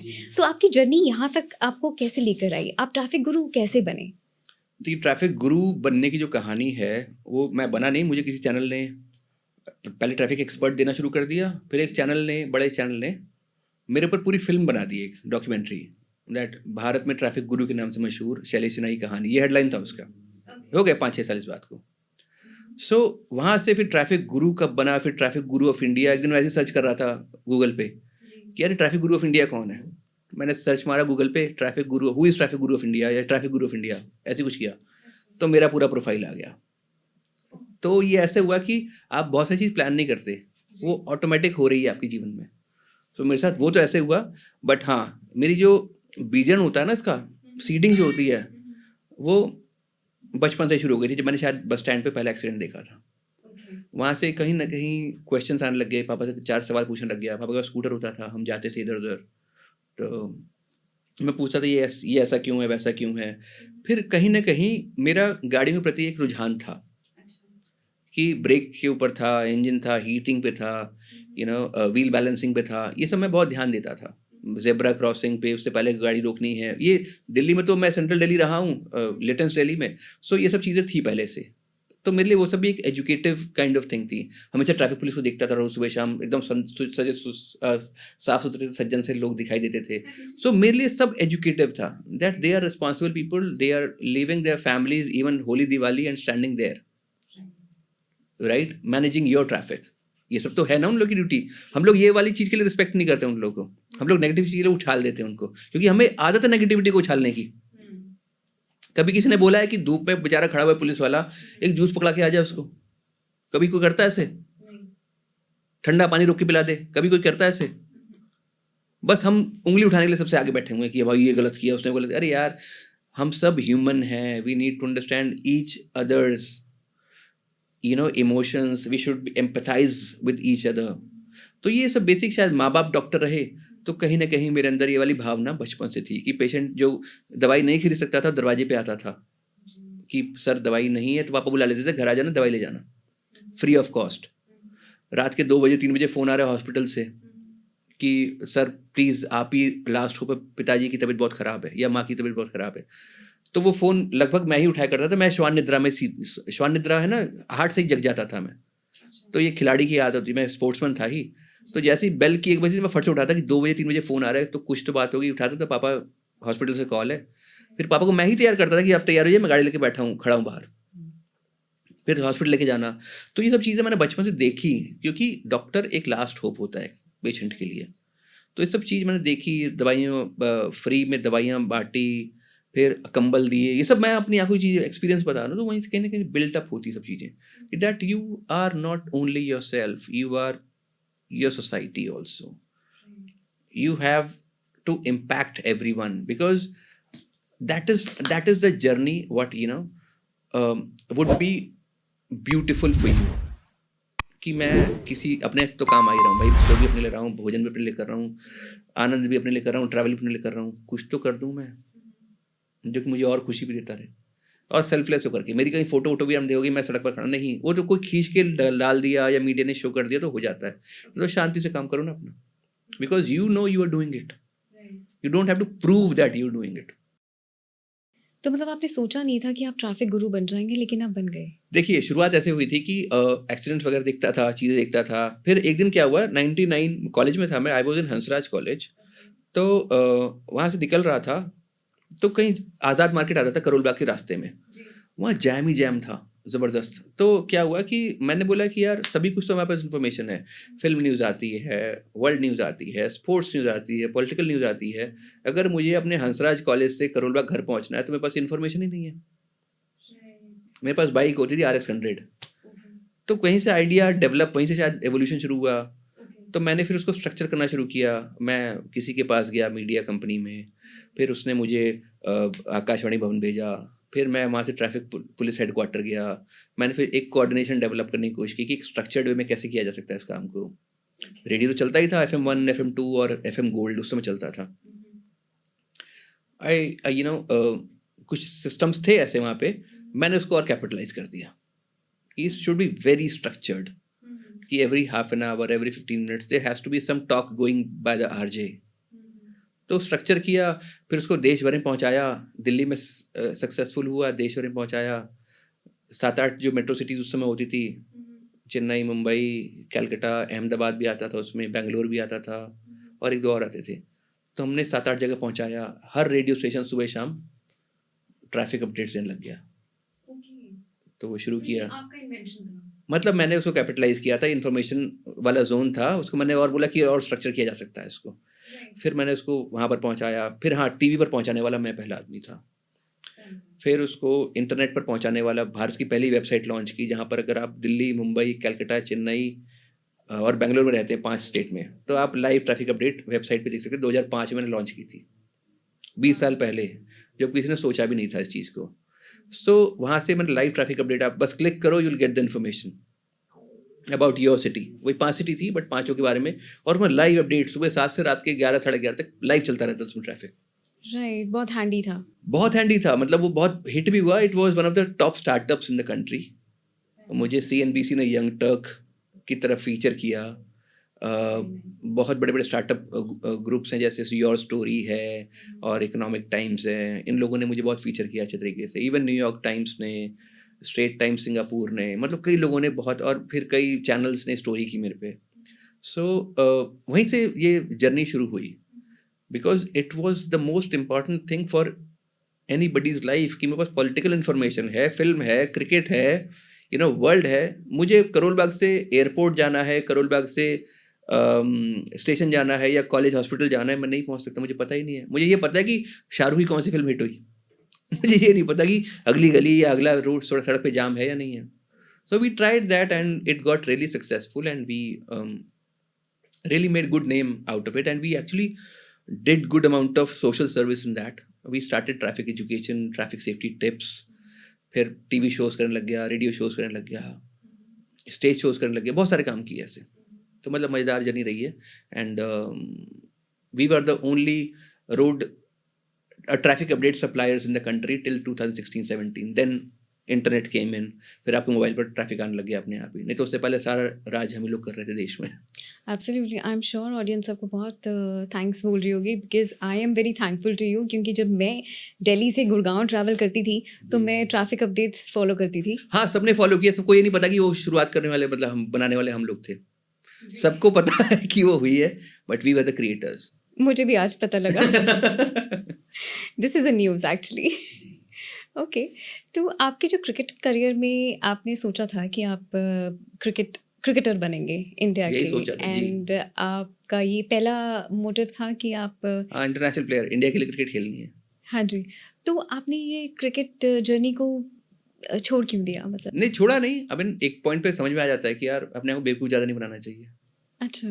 तो अच्छा खेलता था, मतलब अगर मेरे बैचमेट्स देखेंगे, so I played for Delhi at junior national levels, and मेरे बैचमेट्स हैं आकाश चोपड़ा, एक कमेंटेटर अच्छे हैं, वो हैं, वीरेंद्र सहवाग हैं, फिर गौतम गंभीर था जूनियर, मुझसे 1 आध साल जूनियर था। वो तो मेरे पास ही आया था, पहली बार जब आया था मुझे याद है, करोल बाग के ग्राउंड में, DCM ग्राउंड में आया था वो, और उसके संजय भारद्वाज सर आते थे। तो वो उस मॉडर्न स्कूल से था, सो मैं बाल भारती था, तो मेरे साथ, और करोल बाग का ही था वो, तो हम दोनों की केमिस्ट्री बड़ी अच्छी थी साथ। वो 3 जने आते थे, रचित बहल, गौतम गंभीर और एक ओबेरॉय, साहिल ओबेरॉय था शायद, 3 बच्चे थे, और चौथा मैं, हम चारों ही साथ खेलना शुरू किए थे। मतलब वो 3, हम पहले से खेलता था, वो तीनों आए थे उस समय। सो मेरी क्रिकेट जर्नी बड़ी अच्छी रही। I mean I played at a very good level, I have scored runs also, और मैंने फिर हंसराज कॉलेज की कप्तानी भी की, जो दिल्ली का टॉप कॉलेज है। सो वो सब रहा। फिर एक पॉइंट पे आया जब 20-22 साल के हो गए, तो मैं बोला यार मेरे साथ के सारे बच्चे तो इंडिया खेल गए, आकाश चोपड़ा क्लोज पे आ गया, सहवाग खेल चुका था, फिर गंभीर भी ऑलमोस्ट रेकनिंग में था, फिर दीपदास गुप्ता एक होता था जो वो भी क्रिकेट दिल्ली से खेलता था, वो भी इंडिया के आसपास पहुंचा हुआ था। तो हम 4, 5, 7, 8 जनों का ग्रुप तो ऐसे नहीं बोलूँगा, बट हाँ, we were very good buddies, because हमने सारी क्रिकेट साथ ही खेली है। तो जब उन लोगों को देख लिया कि वो रणजी ट्रॉफी भी खेल गए, इंडिया भी खेल गए रखनी, मैं भी रणजी ट्रॉफी नहीं खेला था। तो मैंने बोला यार अब ब्रेक मार दो, ये जर्नी नहीं है तुम्हारे लिए आगे। तो मैंने वहाँ पर एक पॉइंट आया जब मैंने बोला कि नो, तो फिर मैंने क्रिकेट खेलना छोड़ दिया। बट हाँ, मेरी साइकी बहुत अच्छी है, मेरा कैलकुलेशन आज भी बहुत अच्छा है। आज भी मैंने फिर टाइम्स ऑफ इंडिया में नौकरी की, तो मैंने कॉलम्स भी लिखे क्रिकेट पे काफ़ी। देन एक DD स्पोर्ट्स पे 4th अंपायर आता है, तो उसमें कई बार शोज़ में जाता रहा हूँ एज एनालिस्ट फॉर इंटरनेशनल। जैसे कोई न्यूजीलैंड आया, ऑस्ट्रेलिया आया, कोई टीम जैसे इंडिया आती है, तो I can analyse, I do analysis for them. तो ये सब करता हूँ एज क्रिकेट एक्सपर्ट, ये सब भी चलता रहता है। ओके, आपने एक अपनी वेबसाइट भी खोली है, बातशाला। बातशाला, जी। बातशाला, जी, एंड बातशाला, जी। जी, बातशाला.com। पाठशाला.com, और आप एज अ कम्युनिकेटर भी हैं। जी। तो आप हमें समझा सकते हैं कि हम एक अच्छे कम्युनिकेटर कैसे बने? देखिए, सबसे पहला अच्छा कम्युनिकेटर बनने का बहुत बेसिक सा रूल है, you have to be a very good listener, you have to be a brilliant observer, you need to be just calm and wait for your turn to come, don't jump that you have to speak, because the moment you start jumping just to prove yourself, first of all communication का सबसे पहला part ये है कि आपको prove करने के लिए नहीं बोलना है। लोग बोलने के लिए बोलते हैं कि तू खत्म कर, मैं बोलूंगा। रिप्लाई करने के लिए 4 जने बैठे हैं, तो एक ने अपनी कहानी सुनाई, तो दूसरा भी रेडी हो रहा है, वो उसकी सुन नहीं रहा, वो अपनी रेडी हो रहा है कि मैं अपनी सुनाऊंगा। तीसरा ऑलरेडी रेडी है, भाई मैं भी अपनी सुना दूंगा। भाई पहले first let that fellow complete. हो सकता है कि वहाँ से आपको कुछ इनपुट्स मिले, वो आपकी स्टोरी में और ऐड ऑन करे। आपको तो स्टोरी आपकी पता ही है ना, तो प्रिपेयर मत करो अपने आपको, आपको आपकी स्टोरी पता है, आप उसको सुनो पहले। Then you have inputs also for that fellow, you have applause also, you have sad zone for also, I mean also for that fellow, right? Because आप सुनना ही नहीं चाह रहे हैं। हम लोग की समस्या ये है कि हम सुनना ही नहीं चाहते हैं। कम्युनिकेशन का फर्स्ट एंड फॉरमोस्ट रूल, सुनो, ऑब्जर्व करो। भगवान ने भी हमें एक मुंह दिया है, 2 कान दिए हैं। क्यों दिए हैं? बोलो कम, सुनो ज्यादा। 2 बार सुनो, 1 बार बोलो। सो पॉइंट बहुत सिंपल सा है। कम्युनिकेशन का first and foremost rule, be a clear communicator, but before that you need to be a very good and beautiful listener. Only then you'll be able to respond. We react. That's the wrong way. We have to respond to the talk coming into me. And you need to be very clear in your voice, in your modulation, in your pronunciation, in your enunciation, in your diction, in your accent. ये basic चीज़ें हैं जिस पे आप काम करेंगे। सबसे प्रभावशाली आपका व्यक्तित्व निखर के आता है एज अ कम्युनिकेटर, जब आप ये सब कर पाते हैं। और वो तो एक पार्ट है, आप कैसे ड्रेस्ड हैं, आपकी घड़ी कहाँ है, राइट, आप कितने ज़्यादा ग्रूम्ड हैं, ये सभी कम्युनिकेशन के पार्ट हैं। बिकॉज आपके बोलने से पहले आपको देखता है आदमी, देन कुछ एक इमेज क्रिएट करता है आपके बारे में, फिर वो सोचता है कि आपसे बात करें भी या नहीं करें। तो बेसिक सी चीज़ें हैं कम्युनिकेशन की, और इतनी इम्पॉर्टेंट है कि अगर आप अच्छे कम्युनिकेटर हो गए जीवन में, तो आपको प्रधानमंत्री बनने से भी कोई नहीं रोक सकता। आप MBA और इंजीनियरिंग की या नासा की पढ़ाई करके प्रधानमंत्री नहीं बनते, आप अच्छी बात करके बनते हैं। इसलिए बातशाला मैंने क्रिएट किया कि 25 साल का जो मेरा मीडिया एक्सपोजर था, एक्सपीरियंस है, इसको एक्चुअली पहुंचना बहुत ज़रूरी है। हम लोग सारे कार्य, जैसे ट्रैफिक का ही काम है, हम सब कुछ करते हैं, ट्रैफिक के बारे में सोचते नहीं। हम सब कुछ करते हैं, बात कैसे करनी है इसके बारे में पता ही नहीं है। What should be my body language, what should be my hand movement, ये बहुत बेसिक सी चीज़ें हैं। मैं अगर आपसे बात कर रहा हूँ, मेरी बॉडी भी पूरी ऐसी है कि आपसे ही बात कर रही है। मैं कहीं इधर उधर नहीं बात कर रहा हूँ, मैं आपसे, मतलब my eyes are focusing you, my hands are directing you, right? And I'm giving direction through my communication to you, and you're making some story inside yourself. ये मेरे हाथ देख रहे हैं, एक एक चीज काम कर रही है, स्टोरी कहाँ बन रही है, दिमाग में मेरा। यहाँ ये किसी को पता ही नहीं कि ऐसे हाथ भी चलने चाहिए, बातें कहाँ काटनी है, कहाँ उठानी है। सो ये basic hand movement, basic shoulder movement, basic आपका ड्रेस सेंस। एक ड्रेसिंग सेंस गलत शब्द लोग इस्तेमाल करते हैं, आपकी dressing sense, it's dress sense. ये बेसिक पॉइंट्स हैं जिस पे हम कभी ध्यान देते नहीं हैं। तो communication is all about creating magic when you talking. तो सर, आप ने एक्टर के तौर पे भी काम किया है बहुत सारी फिल्म्स में, तो अपना एक्सपीरियंस कुछ शेयर कीजिए। मैंने एक्टर के तौर पे काम इसलिए किया क्योंकि मैं करना चाहता था। हम बचपन से सुनते हैं ना कि यार वो हीरो की तरह दिखता है, हम तैयार होते हैं, माँ बाप बोलते हैं हीरो की तरह दिख रहा है आज। तो मैं सोचा चलो एक दिन हीरो बन के देखते हैं हीरो होता कैसा है। तो बस एक थॉट था कि हीरो बन के होता कैसा है। सो मैंने ट्राई किया, लकीली मुझे फिल्म भी मिल गई। मैं अभी अगस्त में गया था और सितंबर में मैंने शायद शूटिंग भी शुरू हो गई थी। ये लक फैक्टर रहा होगा, आई डोंट नो, बिकॉज मैंने कोई मेहनत नहीं की थी उसके लिए, ना मैं जिम जाता था। मैं बस मन में आया कि चलो भैया हीरो हीरो हीरो करते हैं, चलो एटलीस्ट हीरो का स्टैम्प तो लग जाए। तो बस वैसा हुआ। बहुत सारी फिल्में की मैंने, कुछ सुपर हिट भी की रीजनल सिनेमा।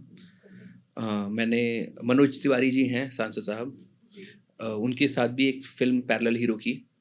तो ऐसे करते करते काफ़ी फिल्में बहुत सारी की, और बस वो मेरा एक्सपीरियंस चाहता था कि वो होता कैसा है, मतलब how is the film industry like, and how do you see your self. फिर मैंने देखा कि यार ठीक है, इससे बड़े काम हम ऑलरेडी कर रहे हैं।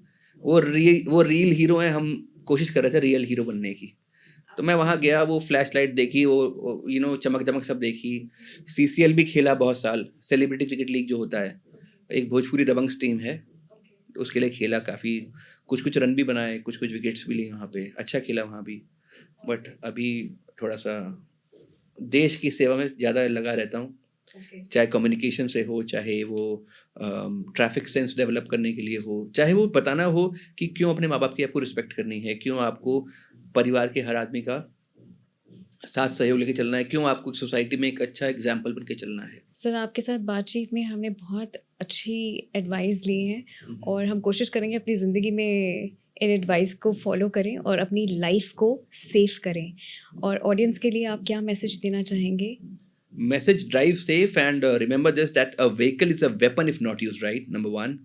And you are not only responsible for yourself. आपकी जर्नी आपके लिए इम्पोर्टेंट तो है ही, आपके लिए रिस्पॉन्सिबिलिटी तो है ही, बट जो सड़क पर दाएं बाएं साथ चल रहे हैं उनके लिए भी आपकी रिस्पॉन्सिबिलिटी पूरी बनती है, बिकॉज आपकी छोटी सी गलती किसी के जीवन को अचानक खत्म ना कर दे। और उसमें केवल वही खत्म नहीं होगा, उसका परिवार भी जाता है, बहुत सारी चीज़ें जाती हैं, प्लस आप भी सेफ नहीं हैं, आपको भी कोर्ट कानून पुलिस के चक्करों में फंसना पड़ेगा और हो सकता है आपके साथ भी बड़ा दुर्घटना हो जाए उसमें भी।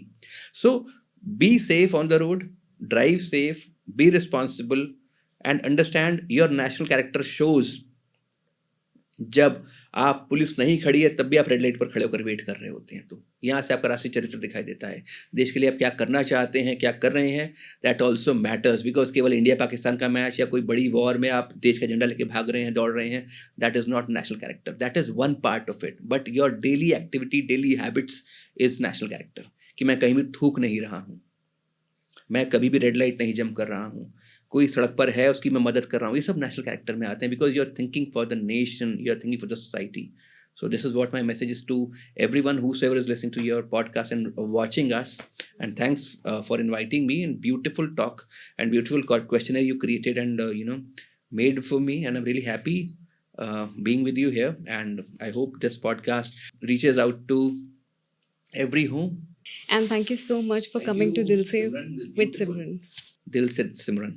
This is such a beautiful podcast. मैंने कभी भी इतना ब्यूटिफुल पॉडकास्ट एक्सपीरियंस नहीं किया जहाँ पर इतनी सारी एडवाइजेस हमें मिली और अपनी जर्नी को समझा, और कितनी डिफ़िकल्ट है जर्नी रोड्स पर आप लोगों के लिए, हमारे लिए, और हम इसे कैसे सेफ़ बना सकते हैं, हम अपने आप को कैसे रिस्पॉन्सिबल बना सकते हैं, आज हमने ये सीखा। बहुत सारी एडवाइजेस हमें यहाँ मिली और हम अगर उन्हें फॉलो करें तो हम अपनी लाइफ को बहुत ब्यूटिफुल बना सकते हैं। 7 years ऑन द रोड हमें ज़रूर पढ़नी चाहिए, समझनी चाहिए, फॉलो करनी चाहिए और अपनी ज़िंदगी को ब्यूटीफुल बनाना चाहिए। आएंगे अगले नए एपिसोड में दिल से विद सिमरन के साथ, जल्द मिलते हैं।